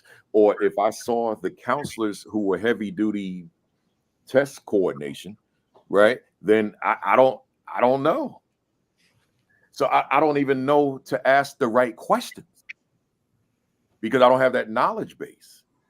So that's why it's this conversation is so important for the people who are on the other side of my camera, the fam. But beyond them, just this is a necessary conversation for leadership to have a fuller grasp. And all we're doing is touching the surface because it's more than 2 hours of content that folks need to have.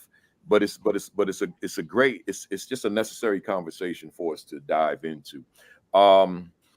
I want before we move on from this, and man, I'm looking at the clock and I'm trying to stay at this number. We at number one. We got to get all the way to number. Well, it's actually 11. But I'm thinking about that teacher. I'm thinking about, without me disclosing anything, just the number of conversations I had that had nothing to do with school, right? But a teacher trusting me that I can confide in him, meaning myself, right? On issues that are happening in my life that have nothing to do with math, science, social studies, and language arts. I'm thinking about the students always who had an abundance of things that they wanted to share, and all that matters. But I think I'm saying to my leadership colleagues out there that if we haven't positioned ourselves in a way that our staff and students trust us,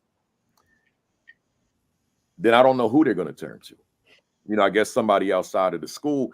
I guess if that counselor teacher relationship is strong enough, then although the counselor theoretically is there for young people, they may feel that I can confide in this professional, this counselor that may be able to help me with the issue that I'm dealing with. Because as all of you said, and I agree with you wholeheartedly, mental health is real with adults, right? It's a real thing. And you know something? Let me say this last piece because I know I'm talking a lot. This is y'all's show. I work with you, Lev, and you, Rainey, and the way that we as a society talk about mental health today, we weren't talking about mental health as a society back in those years. I left you in 2002, and Rainey in 2011, and as a society, that wasn't yet the language. It was the language in your space, but in society, it really wasn't the language yet. That came about slowly but surely. But it's not like we were at Truth and North Tech and we were going hard. Coming from me now, with this conversation as a staff about mental health during that era. So, but the issue of mental health was very real. But we weren't having that conversation like that, led from, I'm saying, the leadership, right?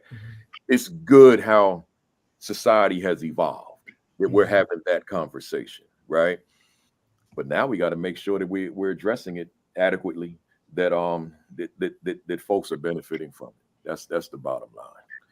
Good stuff. Good stuff. Let me go to this. I do want to touch on something that Yeah, you go said ahead. really quick. Yeah. It's a great thing that you're open to your staff, because even as counselors, sometimes we need that outlet. Sometimes we need to talk because stuff get real heavy for us.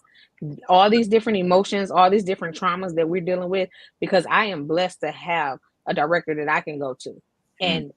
and just cry if that's what I need to do in that particular moment. And I feel like that's a safe space to do so. And everybody don't have upper management or, supervisors that they can do that with. So to know that it's like, okay, you okay? Because I know this is a lot. We had a situation go on and it was heavy, and she had to check in. Are you okay? What do you need? What can I do for you? And we need that support as well, because we as counselors and teachers, we deal with so much, but the counselors deal with more of the mental health and the emotional part of it, that we need that outlet as well, even in the school. Well, let's stay there for a second. Let's talk about the mental health of the principal, right? Let's talk about Principal Kafele. Rainey, Levinson, they know this to be true.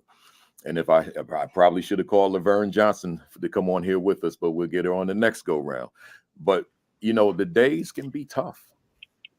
See, as and principals out there on the call, put your ear to the speaker. The days can be tough. The days can be overwhelming.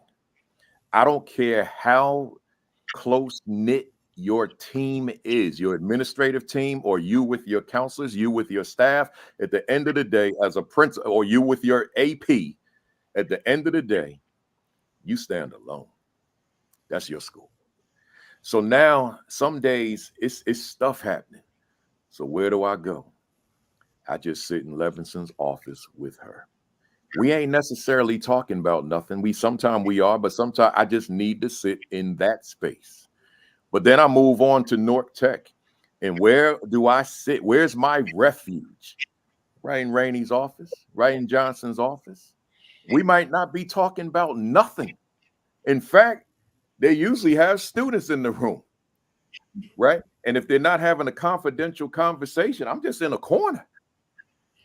That's what I do, right? And if I'm having one of them days where I'm emotional, they saw that, right? So when you have that kind of rapport, so now that becomes my therapy, right? Yeah. I just let me step away from this school for a minute, Mm-hmm. and let me go down to the counselor's office. Let me tell you another place. Had this teacher by the name, you know this, Rainey, Michael Garrett. He's my dance teacher, right? That's another place of refuge for me, right? I got kids in here dancing who the streets would never understand it, right? But the space is so safe that they in his room learning ballet.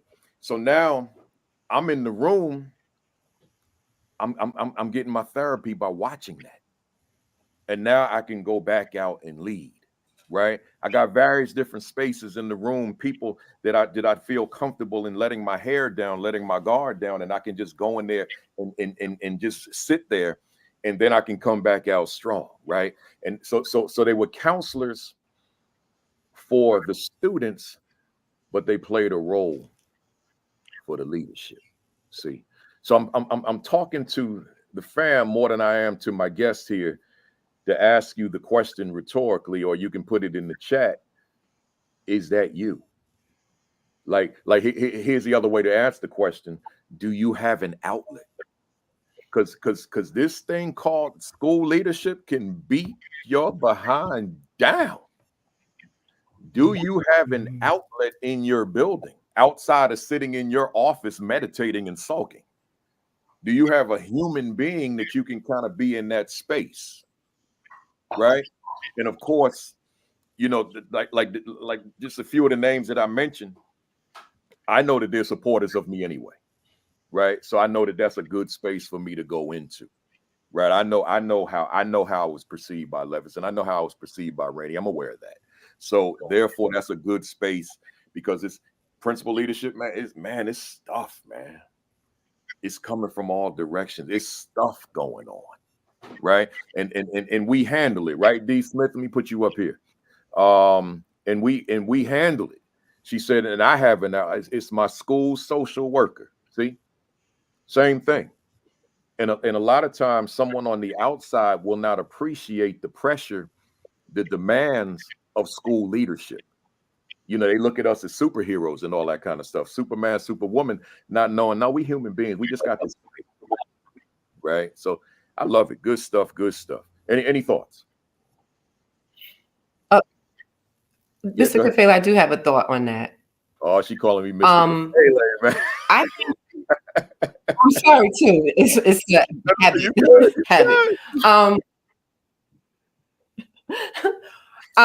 When you told that story, I was just thinking that even explaining that to students, to staff, that's great modeling. You know, when we talk about mental health, it's not like an open conversation, right? Like I felt like sometimes when mental health issues would come up, it was almost like a hot potato. Like, oh, you take it. Oh, so-and-so, you take it. Rainy, you take it. Harry. It was like, I don't want to touch it. It's mental health. That's not me. I didn't learn anything. I don't want to touch it. And it's like, that's not the climate that we're living in anymore. I think it is important to show students, to show staff, you know, like you have to have a plan when you are not feeling your best. How do you make yourself feel better? Where do you go? Where's your safe space? Even just being willing to have a conversation about it is important. That's right. So I just thought about that when you were explaining what you would do. I think it's just important for students and staff to know. Yeah, absolutely. I love it. Absolutely. Look what Principal Burnett said. She said, yes, it can beat you all the way down. My counselors are my crew that I go to. See? There. Let me see what Melissa's saying here real quick. I love participating in she's an AP in Tulsa. I love participating in the music and PE classes while doing walkthroughs. Yes, my social worker at each school was very valuable to my mental well-being. Yeah.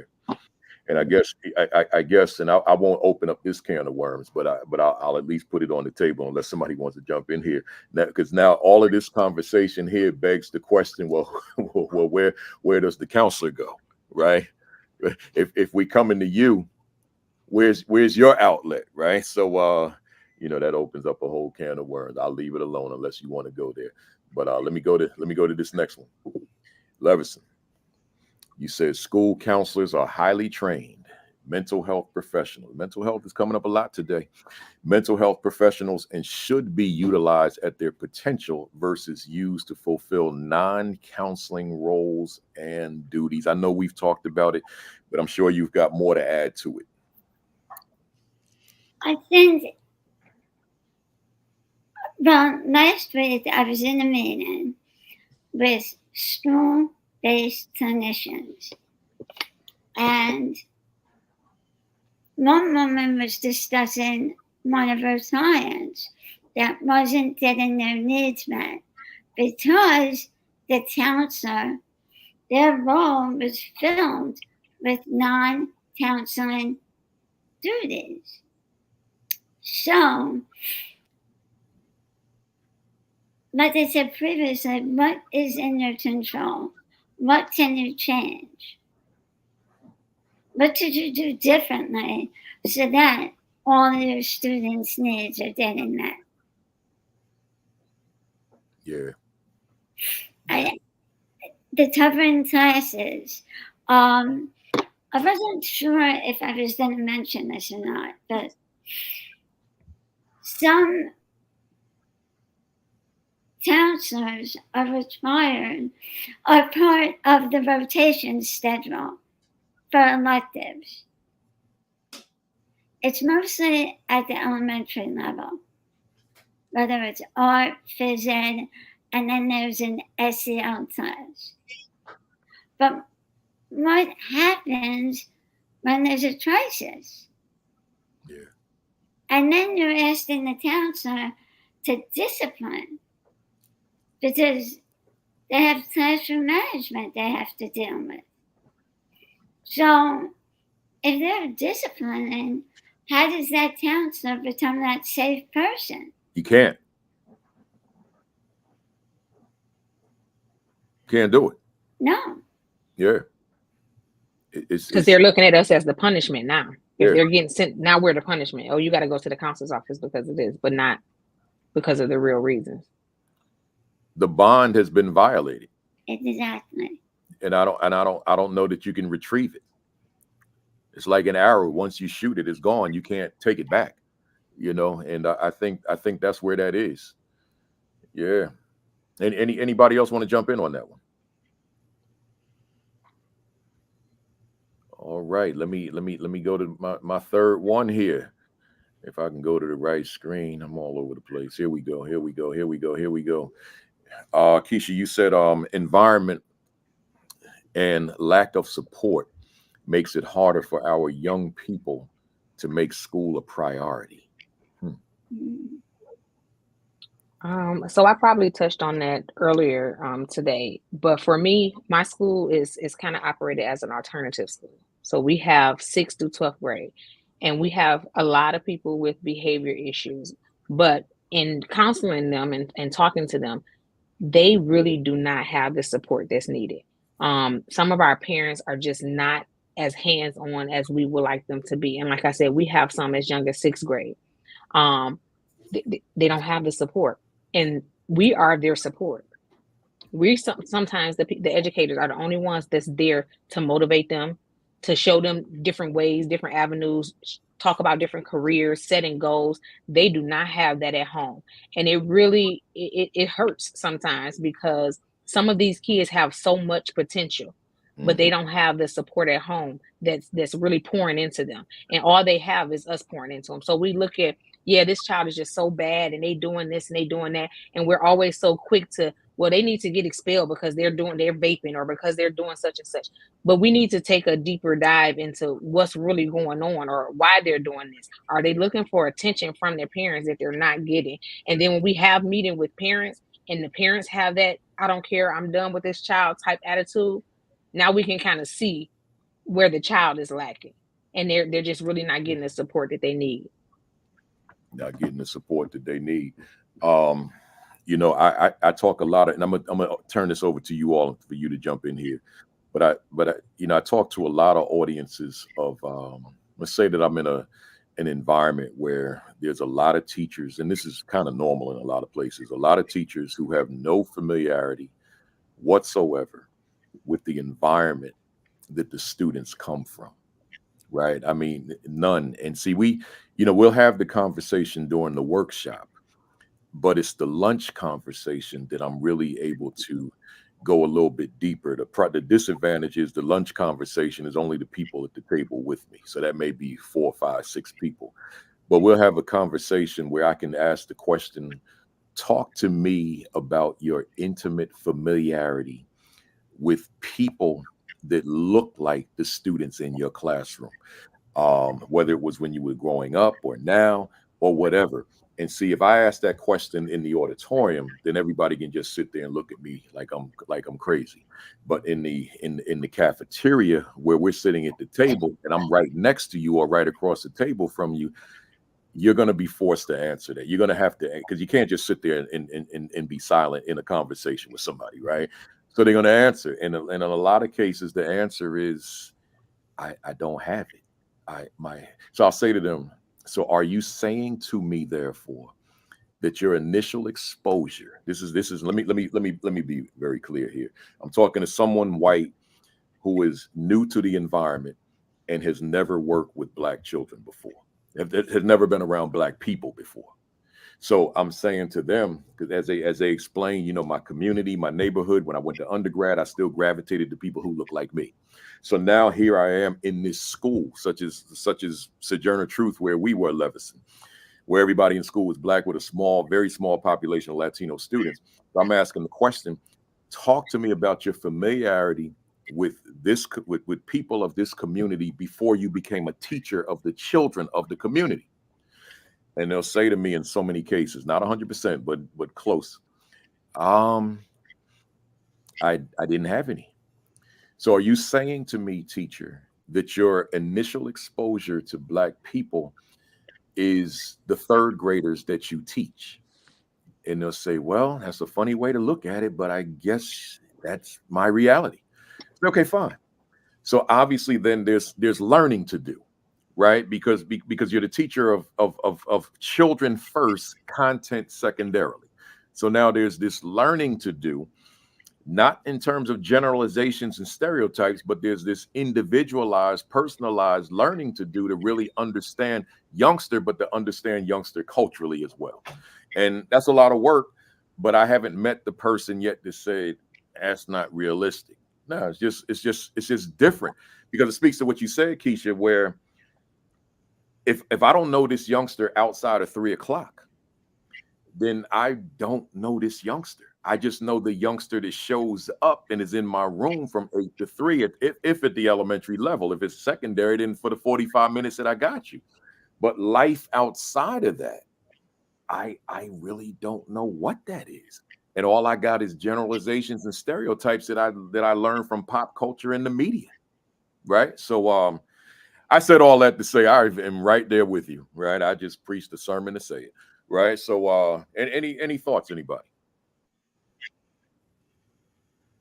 Y'all Yeah, good? I think it goes. Well, I was going to say, I think it goes even deeper. Can you hear me? I do. I think you're delayed, but I hear you. I think it goes. Okay. I think it goes even deeper than what you spoke about. Environment is critical, but I was thinking back to, I was working with a group of students, teaching them meditation. And I remember this one student saying to me, you know, I love coming here because it's the only time when I'm in silence, where it's just quiet. Whenever I go home, whenever I'm outside, there is absolutely no silence. And that just dawned on me. Like, although I thought I understood everything pretty much about the kids that I worked with, it blew me away when he told me the only time I experience silence is here. Wow. And so, you know, what both of you are saying is so right about understanding the children that we work with and where they're coming from, because it does impact what they're bringing into the school. So can you even think about that? Like not having silence, not having a space where you can go to and just, it's just quiet and peaceful. Yeah. I completely agree, because as teachers, they look at why your homework is never done. These kids go and their home is so chaotic, or they have to go home and take care of siblings, feed siblings, work, do a lot of things. They can't get their homework done. Sometimes school or the gym time or art time, like they're sit in and try to get something like that done, and it's sad. Yeah, absolutely. That's good stuff. We could actually keep going on that, because there's a lot to say. But I'm gonna go to this next one. The next one was Rainey, and then Lev. School counselors have MA level mental health training. Are you, as the school leader, utilizing your counselors effectively for their expertise? And I know we've touched on that, but I know you got more to say about it. Floor is yours. I actually want to challenge the leaders that are on this broadcast to ask their school counselors that exact question. Am I utilizing you effectively for your expertise? That question right there, I think, will give them a lot of information about what they need to adjust, let's just say, with that relationship. Yeah. I mean, think we already talked about it, the importance of it, but they should probably ask directly. The school counselor would tell them. If they're open to hear it, that's the other part. Are they Right. open to hear the response? that is the question. That's it right there. So to the fam, let me holler at the fam out there then, as I'm kind of playing with my screen or something. Don't mind me. Let me holler at the fam out there then. A leader out there. Hey, AP out there. Hey, aspiring AP out there. Hey, new leader, new principal, veteran principal.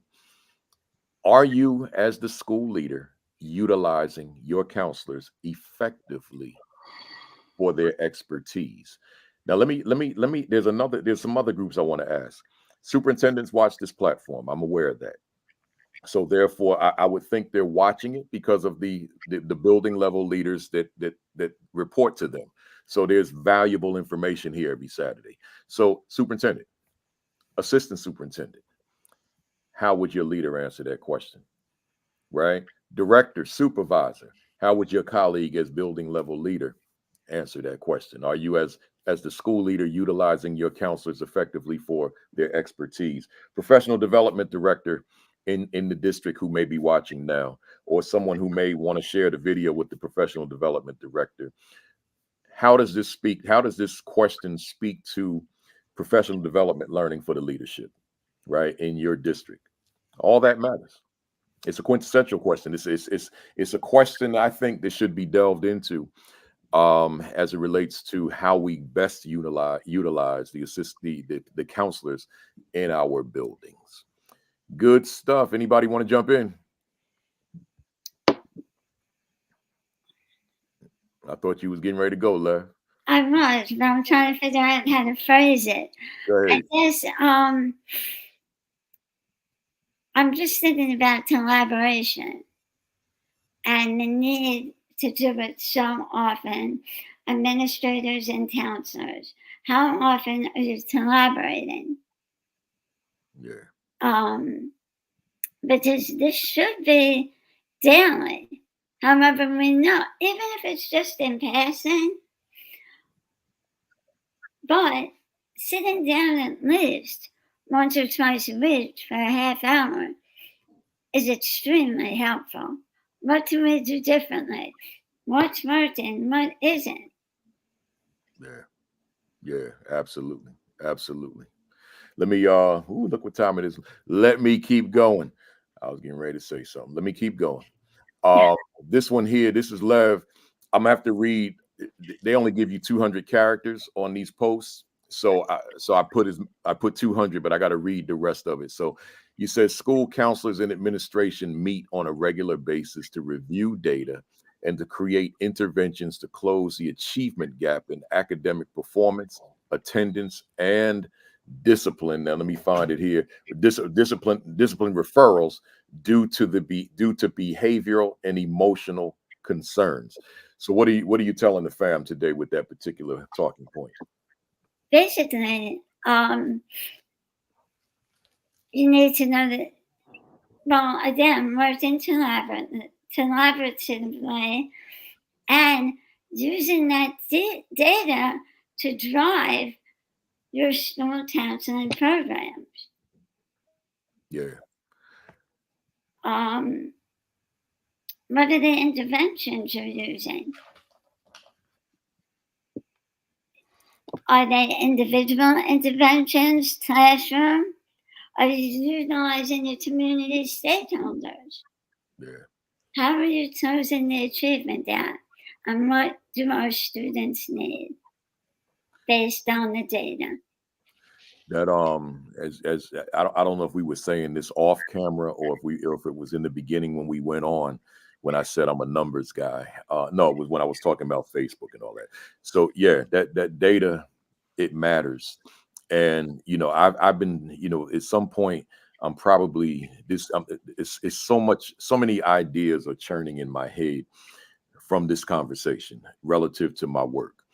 And right now I'm on this whole instructional leadership. Like, this is instructional leadership is at the core of my work right now, but in conjunction with the instructional coaches in the building. And I bring that up in this context because I talk about data so much.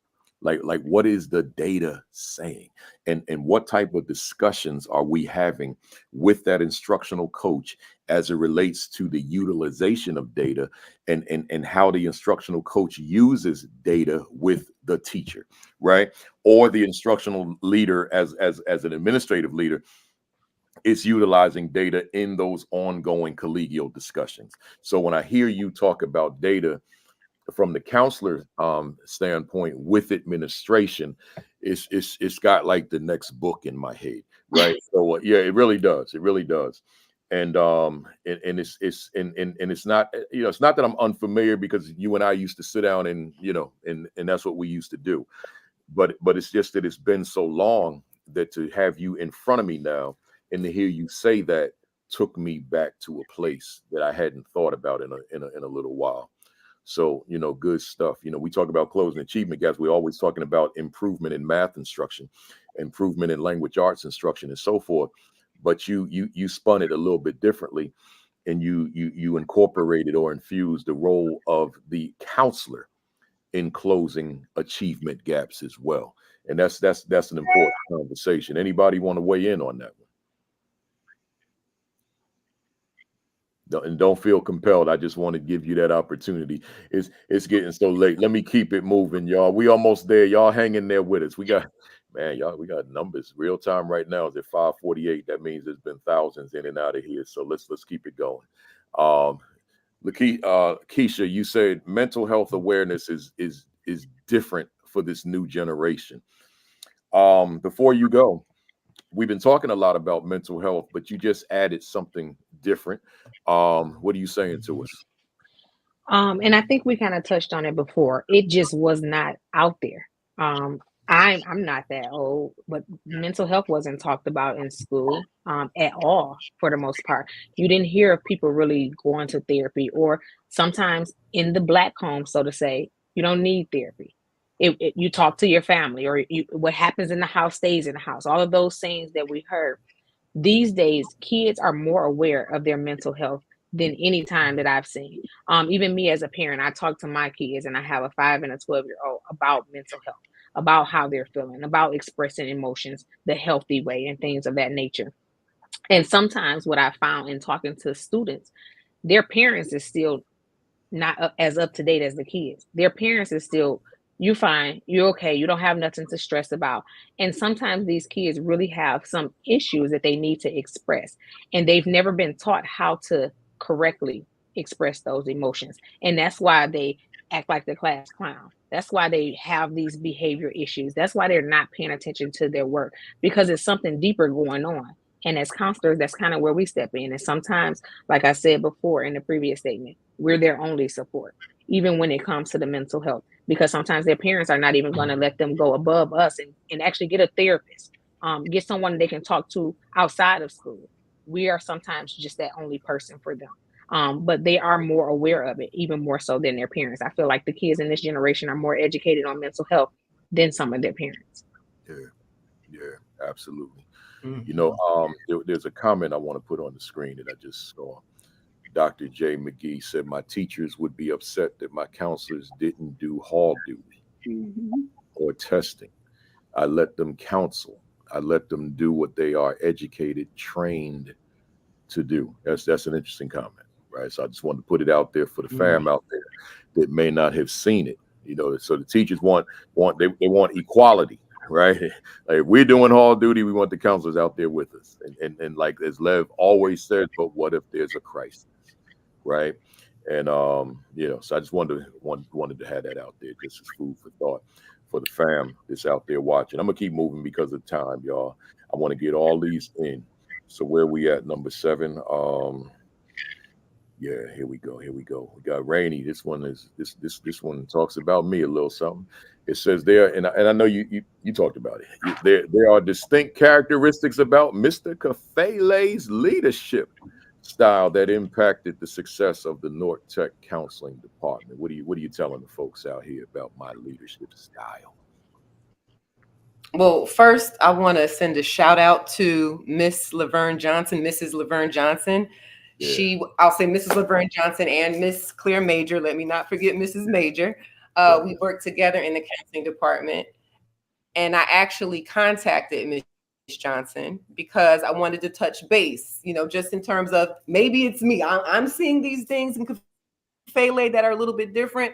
I don't know if it's just me. What do you think? So we actually sat and we talked about some of these characteristics together, because even in her experience, she felt that it was very unique to your style. So, okay. Some of this stuff I already spoke to. I'll just be very quick about it because I know we're pressed for time. So one thing that was very important is that you were big about creating a mission-based environment. Very big about that. We always knew why we were coming to work and what we were doing. And that was expressed, whether it's at the first announcements in the morning, whether it's just in our faculty meetings, it was always expressed. We constantly knew what the mission was. And I thought that was very important. You were big about us learning, about us, going for PD, understanding what we were doing. You were very big on that. You ensured, and this speaks to what we just talked about, you ensured that we all understood who our students were and where they were coming from. Very important. And again, we talked about this earlier. You allow truth based on another person's perspective. And that, I think, is very important. You are a very open type of principal. You want to have dialogue. You want to know what's going on. That's not necessarily the case in all types of environments.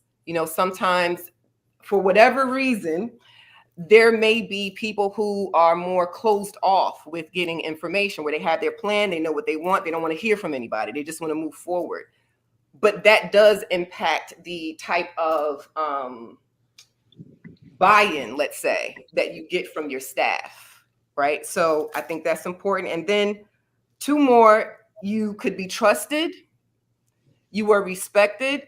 Sometimes, and I think to a degree I probably did this. I think I felt that because you were a principal, you could automatically be trusted just because of the nature of your role. And that's not necessarily the case, because sometimes you do have leaders who can be very verbose and, maybe not even intentionally talk about situations and things, but they may be putting business out there that, if a person realized it, they would be very upset about that. And it impacts the trust, the way the staff views the principal. So it's been instances where, a leader might be telling me something and I'm sitting up there asking myself, why are you telling me this? This is not appropriate. I will never tell you anything about my business or anything going on. You see how that works? Yes, right. And then this is the last thing, excuse me. I felt that you were kind, Ms. Johnson as well, cordial, and I think that you lived the values that you taught. It wasn't just about getting a job done. I think that you really were the person that you attempted to teach us to be, whether it be teaching kindness, teaching how to be cordial, respectful. I think you really tried to embody that in your leadership. So that is what I found to be different from other spaces I may have been in. And that was very impactful. I appreciate that. I know Levinson probably has some thoughts about me, but I ain't gonna push you because we still got, unless you want to jump in. Just one thing. I think, and this is something I really value, you built relationships based on mutual respect. And when you showed others respect, they respected you. Yeah, I appreciate it. Let's go. Let's see, we almost done, y'all. Lev, you said school counselors and administration should collaborate and I guess we talked about this, should collaborate to address the increase in mental health disorders in their students. I don't know if you had anything more you want to add. You good? Not really. Okay. I think we discussed it. Just be aware. Look at your data. And know your students that they're not getting help because it doesn't leave the family, but goes on in the home, stays in the home. But make sure your students have that safe person to go to. Yep. Before you go, Keisha, for this one, let me just say to the fam out there, our whole topic, what principals need to understand about the school counselor. I think here it is. What principals need to understand about the role of a school counselor, of the school counselor. That's what we're talking about. And I just want you to figuratively or literally hold up the mirror and ask yourself a lot of what we've been talking about, whether you be AP, whether you be principal, whether you be aspiring AP, are you finding this information to be useful to your overall leadership? And I would think the answer would be affirmative, that it is, because there's just so many nuggets being dropped, so much invaluable information, which is inclusive of this next one that we have that Keisha Bird sent to me, suicide, which we haven't talked about, is becoming the norm, she said, of our younger generation. That's a big statement, Keisha. What are you saying to us? It is. It is. And I feel like I know even more so outside of school firsthand.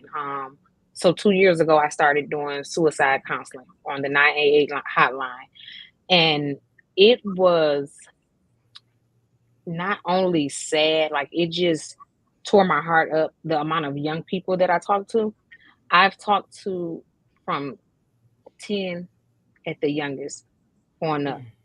So to talk to a 10-year-old on the phone and they feel like they have nobody to talk to, so they want to kill themselves, brings you to tears if you have a heart, because they don't have parents that they can talk to. They don't have friends that they can talk to. At 10 years old, you are what, maybe third grade or something like that, fourth grade? That is very young. Mm-hmm. But my boyfriend haven't FaceTime me. I don't have nothing else to live for. The things that our kids want to kill themselves over is just mind blowing. And I talk to so many all times of the day. And that's why I really stress talking to your kids about suicide. Some parents are uncomfortable with having uncomfortable conversations. We have to have those uncomfortable conversations. And sadly, we have to have those uncomfortable conversations at a very early age. I have talked to my 5-year-old and my 12-year-old about suicide. I don't feel like there's an age that's too young. If they can understand, and if they're around other kids, and if they're watching social media or watching videos, you need to have a conversation with them. Yeah. Because our kids are going down this path that they feel like whatever they're going through, whether it's mental health, whether it's bullying, which is number one, because bullying is so different these days. This internet and cyberbullying, things they post, they don't go away. Our kids are really dealing with some things silently, and they go to suicide. Yep. They have parents that don't want to put them in therapy or don't want to listen to what they got to say because they feel like, no, that's just kids, or you'll get over it. Some of these kids don't get over it. They want to commit suicide. Some of these kids get on the phone on a 988 line and literally just want to cry, just want to talk. They're not looking for advice. I've had some actually call and they're in the act. It's sad. And we have to be more aware of this suicide. And as a counselor, I talk about this. I created a form to send out to parents it was a questionnaire, and it talked about, have your child ever said anything about suicide? How do your child adapt to change? Different things that I felt like was good information for me to know when learning new students. And the parents, they sometimes don't know. And that just goes to show, like, they're not involved as they need to when it comes to the mental health and the mindset of our kids today. So. That's a lot there. Anybody want to jump in? I volunteered in a situation where there was a student that completed suicide, And actually, there were two, and they were a few towns apart. And the administrator spoke to make sure there was no connections between the individuals, to make sure it wasn't starting a contagion. So just be aware of what's going on in the neighboring towns around you and cities, and communicate with your colleagues. Yeah. As a school, we have to prioritize prevention type programs for not only suicide, just for whatever the kids are going through. We have to come together. It's definitely, when it comes to things like that, it's not just the counselor. These kids can have a relationship with the janitor as long as they have a relationship and they're talking to someone, because some of them just need that outlet. Some of them just need it. You know, there. You know, you mentioned bullying, Keisha, and I'm gonna give you the short version of this story. I was being bullied verbally in elementary school. The bully showed up in an audience of mine when I was in my 50s. I'm 63 now. So I was distracted. Now, he wouldn't have known me by this name because I changed my name in undergrad school. So I see him. I see him applauding me. And we did a book signing. And he was in the line. So when he got up to me, give you the short version, he gave me all this praise. But I took him back. And without going into all that detail, it was like it came full circle for me, and I brought closure to it. It was to be honest with you. See, if I gave you the full story, then I'm taking too much time. But it was my revenge. But here's my point: something that was happening in elementary school in East Orange was still with me in my 50s. So as a result of that experience, when I'm speaking to my audiences, I'll tell them the full story, right? And then I'll ask them, and then I'll talk about how, just the reasons that someone may harass someone in terms of their appearance or the perceived amount of income of their parents or their hair or their clothes or their sneakers or whatever, their weight, their height, whatever it is, right? And then I'll say to my audience, how many of you out there, if you don't mind being vulnerable, how many of you out there who were the victims are feeling pain right now in real time while you're sitting in this room as educators? All these hands go up. Because whatever that pain was back when 30, 40, 50 years ago, whatever the age of the people sitting in the room, it's still there. I say when the right trigger arises, you'll go back to that place and feel the same pain. So therefore, I'll say to them, so therefore, how high are your antennas in that room to know what's going on in that classroom to a student right now in real time in your third grade, your fourth grade, your fifth grade, your whatever grade classroom? Because whatever pain that youngster's feeling in your classroom could be the worst time of his day every day, but you have no idea of it. Well, that same pain could be with that youngster 20, 30, 40, 50 years from now, because mine was never addressed. So if it's because I never told anybody, right? So if it's never addressed, it's never dealt with, then it's still lingering. So I holler at the fam out there now.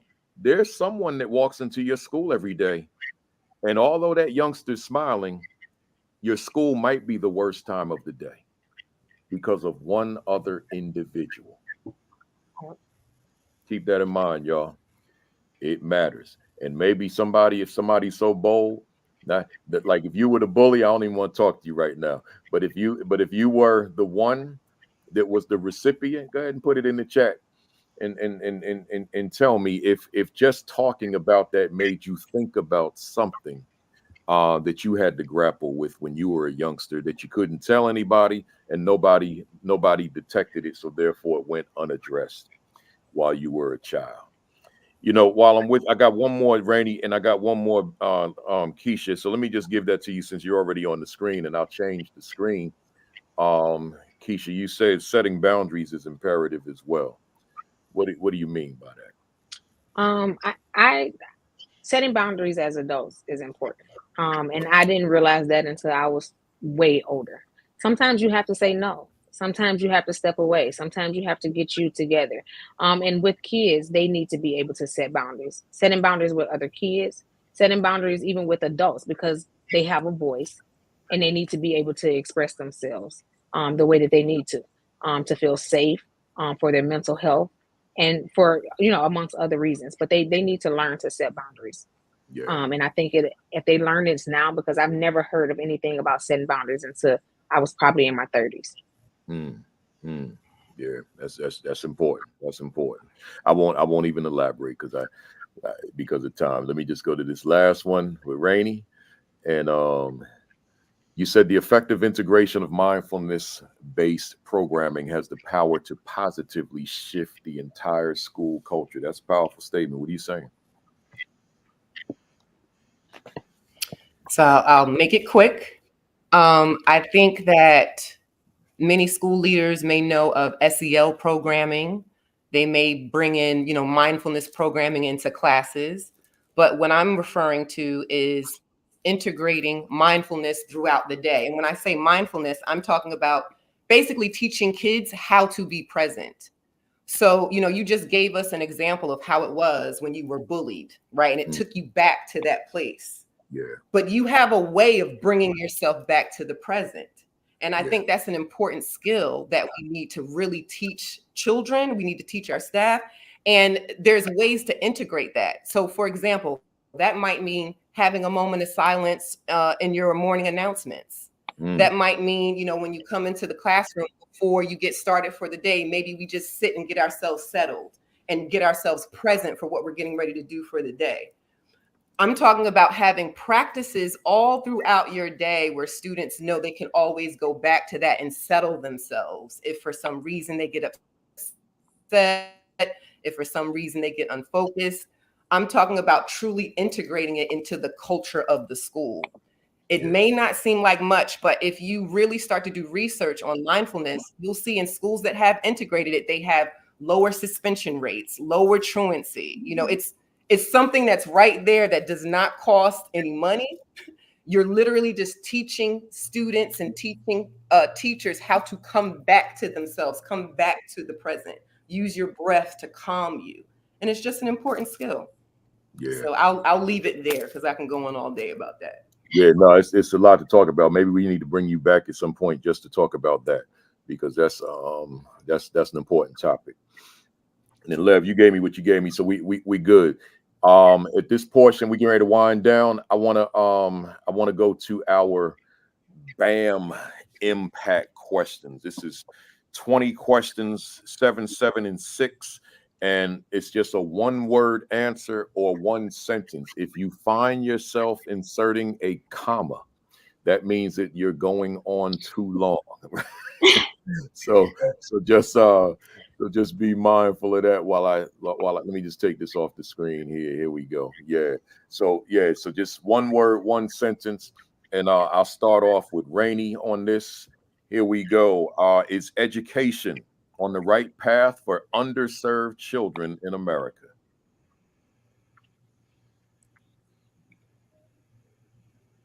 Is it? We didn't get all that. I'm sorry. That's a difficult question to answer because it's a yes and no. So I'll say yes and no. Okay. No, that's a fine answer too. Are you optimistic about the educational prospects for the masses of Black, brown, and other underserved students in America? Yes. Can true equity occur in America's schools for Black, brown, and other underserved students? Yes and no. Does T. Rainey's work contribute to the progress we desperately need? Absolutely. If you could do a reset on your life, would your line of work be different or the same? My line of work would be the same. Why do you continue to do this work? It's a mission, God's mission. What fires you up particularly within the work that you do? What fires me up? just being on mission, like knowing God is backing it. I'm talking too much. I'm inserting No, comments. that's fine. That was good. That was good. Leverson, what do you love about the work you do? My clients, What do you dislike about the work you do? not much. What has been your greatest victory in this work thus far? The successes and when a client has a breakthrough. What has been your greatest mistake in this work? My greatest mistake. I am not sure. Don't worry about it. That's your answer. What has been your greatest challenge in this work? For me, it was probably physical. Overcoming the physical, actually, the emotional because of the physical. I understand that. Persevering. Who inspires you in your work? A lot of different authors, scientists, educators. There's quite a few. Very good. And what are you reading right now? It could be a book, a blog, a tweet, anything. What Happened to You by Oprah and Bruce Perry. Oh, okay. Keisha, what book would you recommend to our viewers this afternoon? I don't know. One of yours. I appreciate it. That's good. Hey, get any one of them, y'all. What do you want to accomplish that you haven't accomplished yet? I just want to touch more lives. And by the way, because Randy, I see you chuckling. That's the answer for a lot of people.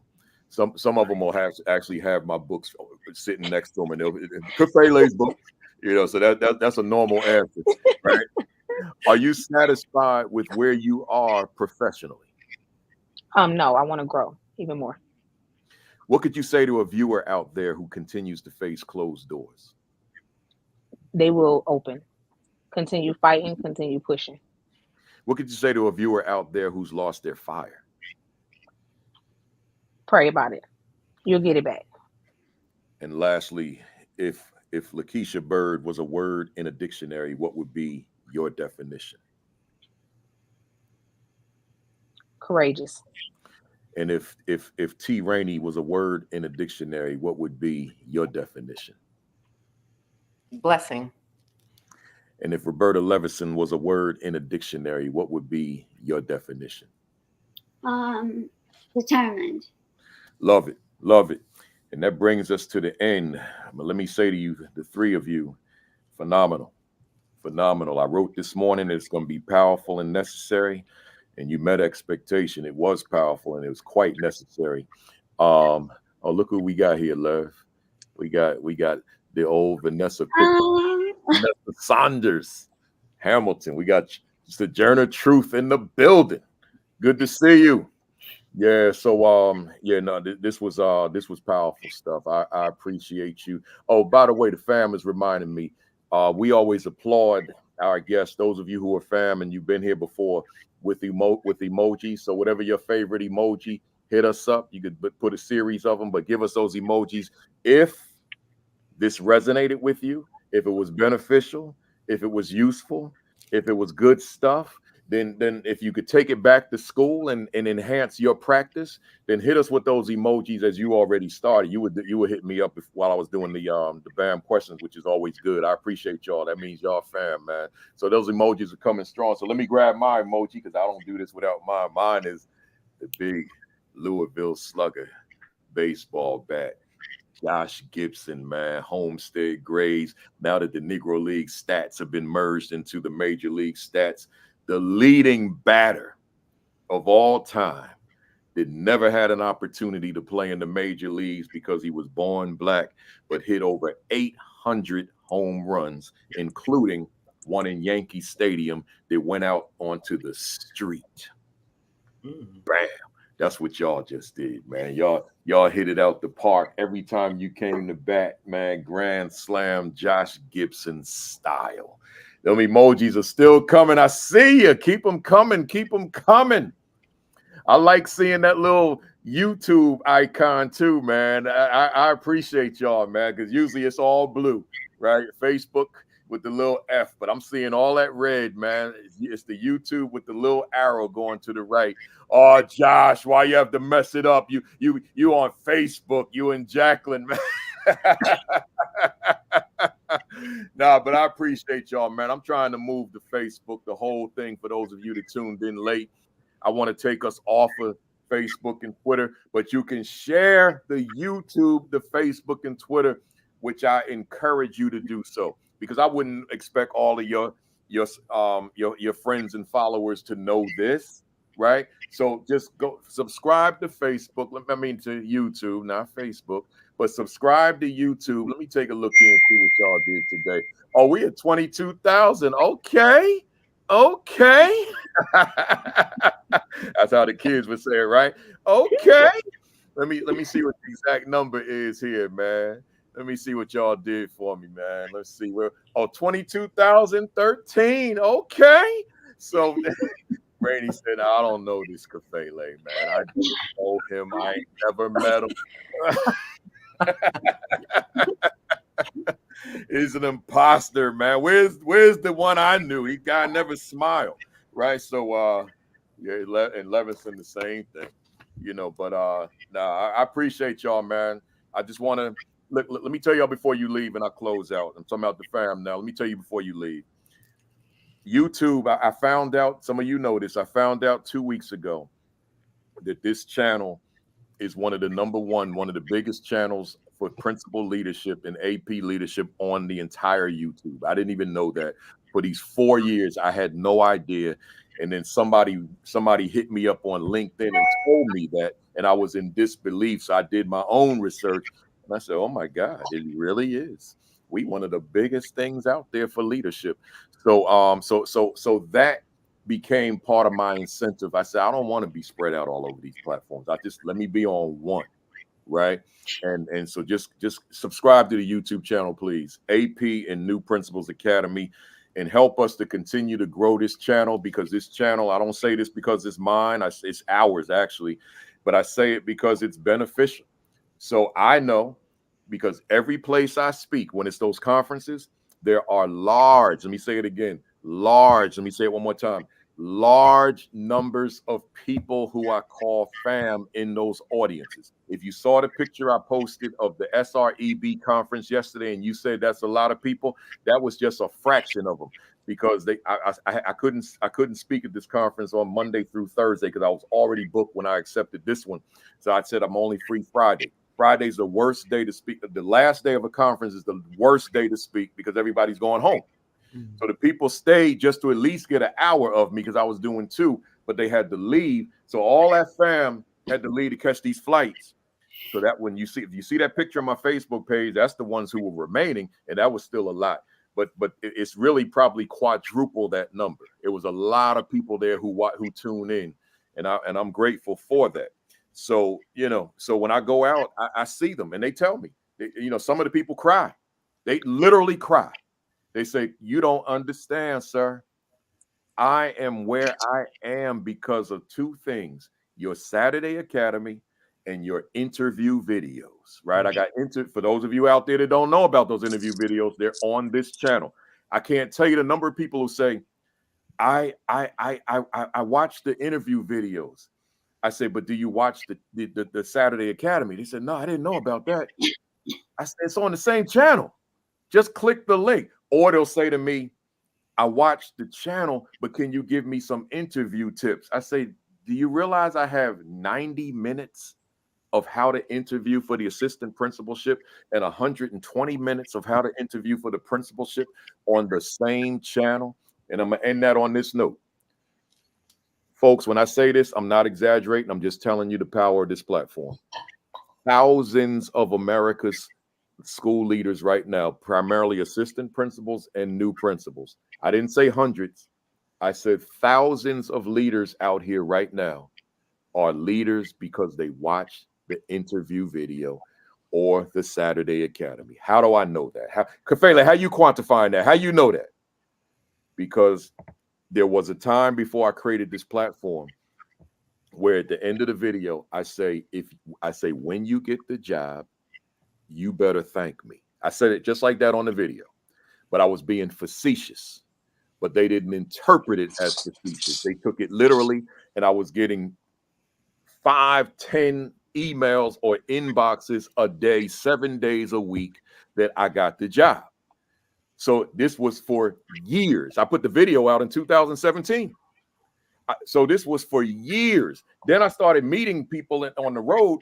I got the job. I got the job. Or I'm walking through airports and they screaming my name, Principal Kafele. Wait a minute. I got the job. Just different places, restaurants. They go up to the table. Is that Principal Kafele? Yeah. I got the job. It's like that. So all I'm telling you, watch the videos. But I'm going to tell you this, and then I'm going to sign off. Don't watch my videos and learn how to interview, and you don't transfer that to the leadership, because then I'm going to be disappointed. Don't get in there and I teach you how to interview, and then you get on the job and you start punking out. No, be the leader that you interviewed to be. Learn to navigate the politics of education. They don't teach you that in grad school, but I'm going to hear it from me and I'm going to sign off. The politics of education is real. And if you don't learn how to navigate that, it will swallow you up. Matter of fact, let me put some sting on that one for somebody. It'll swallow your behind up and it will spit your behind out. You have to learn how to navigate the politics of education. They don't teach you that part in grad school, but as soon as you walk into that building, it's going to hit you, right? So you got to know how to deal when the teacher that you wrote up is the board president's sister, right? When half your staff is connected to the board politically, or the teacher that you trying to run out of town is the mayor's niece, right? You got to learn how to navigate all that stuff, man. It's real, y'all. Rainey, like, man. Rainey, see, now this part, Rainey said, now that I remember that guy, right? Yeah, very well. Yep. All right, y'all. I'm going to sign off. Y'all stay on for me. Listen, y'all, let me just give you the rundown next week real quick. And then I'm done. I know we went like way over, right? But let me, I'm like, my papers are all out of order. Hang on, y'all. Hang on, y'all. Where's my paper at? Oh my God, I don't see it. Where's my rundown head page? Oh, here it is. Here it is. Listen, y'all. Next week, and she was on in the guest, this young lady, she was on in the thread. I saw her. Principal, I think she got a doctorate now, Dr. Janelle Opoku from down in South Jersey. Principal Hovette Dixon, my man from Huntsville, Alabama, and my man, Dr. Monty Linebarger, who's known as Champion Principal on Facebook. He's from Tuscaloosa, Alabama. We're going to be down on talking some principal leadership next week. So that'll be week 221. I'll be doing this live from Houston, Texas. So join me at 10:55 Eastern time. I'll be on at 9:55 Central time. Then next Saturday, Facebook Live, Sean Hurt, 10 o'clock, Create and Educate, Dr. Sheikah Houston, Dr. Tammy Taylor, 10:30. Myself, 10:55 on YouTube. And then PDP podcast with Josh Tovar on Sunday nights at 5 o'clock, Facebook Live. School Leadership, no, we ain't talking about that. Black Educators Rock Conference, July 18th through the 21st. I'll be doing a full day leadership session from 10 to 3 on that Sunday the 21st. So come on down and join me. We're going to be talking about instructional leadership. So come on down to the conference for everything from the 18th through the 21st. My books, you know, my leadership books is my School, A Better School, because I lead it, the Aspiring Principal 50, the Principal 50, the Assistant Principal Identity, and the Assistant Principal 50. These are my leadership books. And I got the teacher books, but we show you those another day. Go to Amazon. Keep me in that top 100, man. All 5 of them books are typically in that Amazon top 100 for administration. Keep me in there, but gain the information that's in the book. It ain't about me; it's about you. So make sure you go to Amazon and get all 5. Subscribe to the AP and New Principals Academy YouTube channel. Like and follow the AP and New Principals Academy Facebook book. Facebook page, and then finally, make sure you visit principalkafele.com. I got so many resources on there. You don't have to pay for anything. Just check it out. The videos, the blog posts, the everything. And then lastly, your diet, your exercise, and your COVID or any virus precautions. Make sure you're taking care of you. Every time I walk into the space, including yesterday, people say, man, Kafele, man, you slim, man. You take care of yourself. I said, yeah, that's what heart attacks do, man. They make you live differently, right? So make sure that you taking care of the stuff I used to grab, man. If I pass a Dunkin' Donuts back in them days, I'm grabbing like 3 to 6 glaze, baby. That's how that worked, man. If I go to McDonald's, we go on quarter pounder large fry and a couple of sodas, and then I come back a couple hours later and get the same thing, right? That's how that was, right? But see, now when I see the Dunkin' Donuts, I just, I look, I'll be like, man, I want one of them joints. So I'll be like, later, peace, deuces, right? We ain't going. Sometimes I take a picture of the people in the line, I'll be like, and put it on Facebook. I'm like, I want to be in that line, but I ain't getting in that line. Right? See the things I wanted, I can't have it no more. I'm trying to live, man. Like Frankie Crocker used to say on WBLS, I want to live to be 100, but me, live to be 100, but me, 100 minus a day. And however that went, I completely messed that up. So don't worry about it. We'll edit that out. So just make sure you're taking care of yourself. My wife, she probably saying it right now the right way. How it go, Kim? So that I never know that great people like you, beautiful people like you passed away. That's what it is. Yeah, I knew I did. Hey, y'all, I'm out. See you next Saturday at 10:55. Have a great week. Have an extraordinary week. Have your best week yet. Peace. Peace. Thumbs up. Cock that fist back. Count to 3. 1, 2, 3. Bam! I'll see y'all later.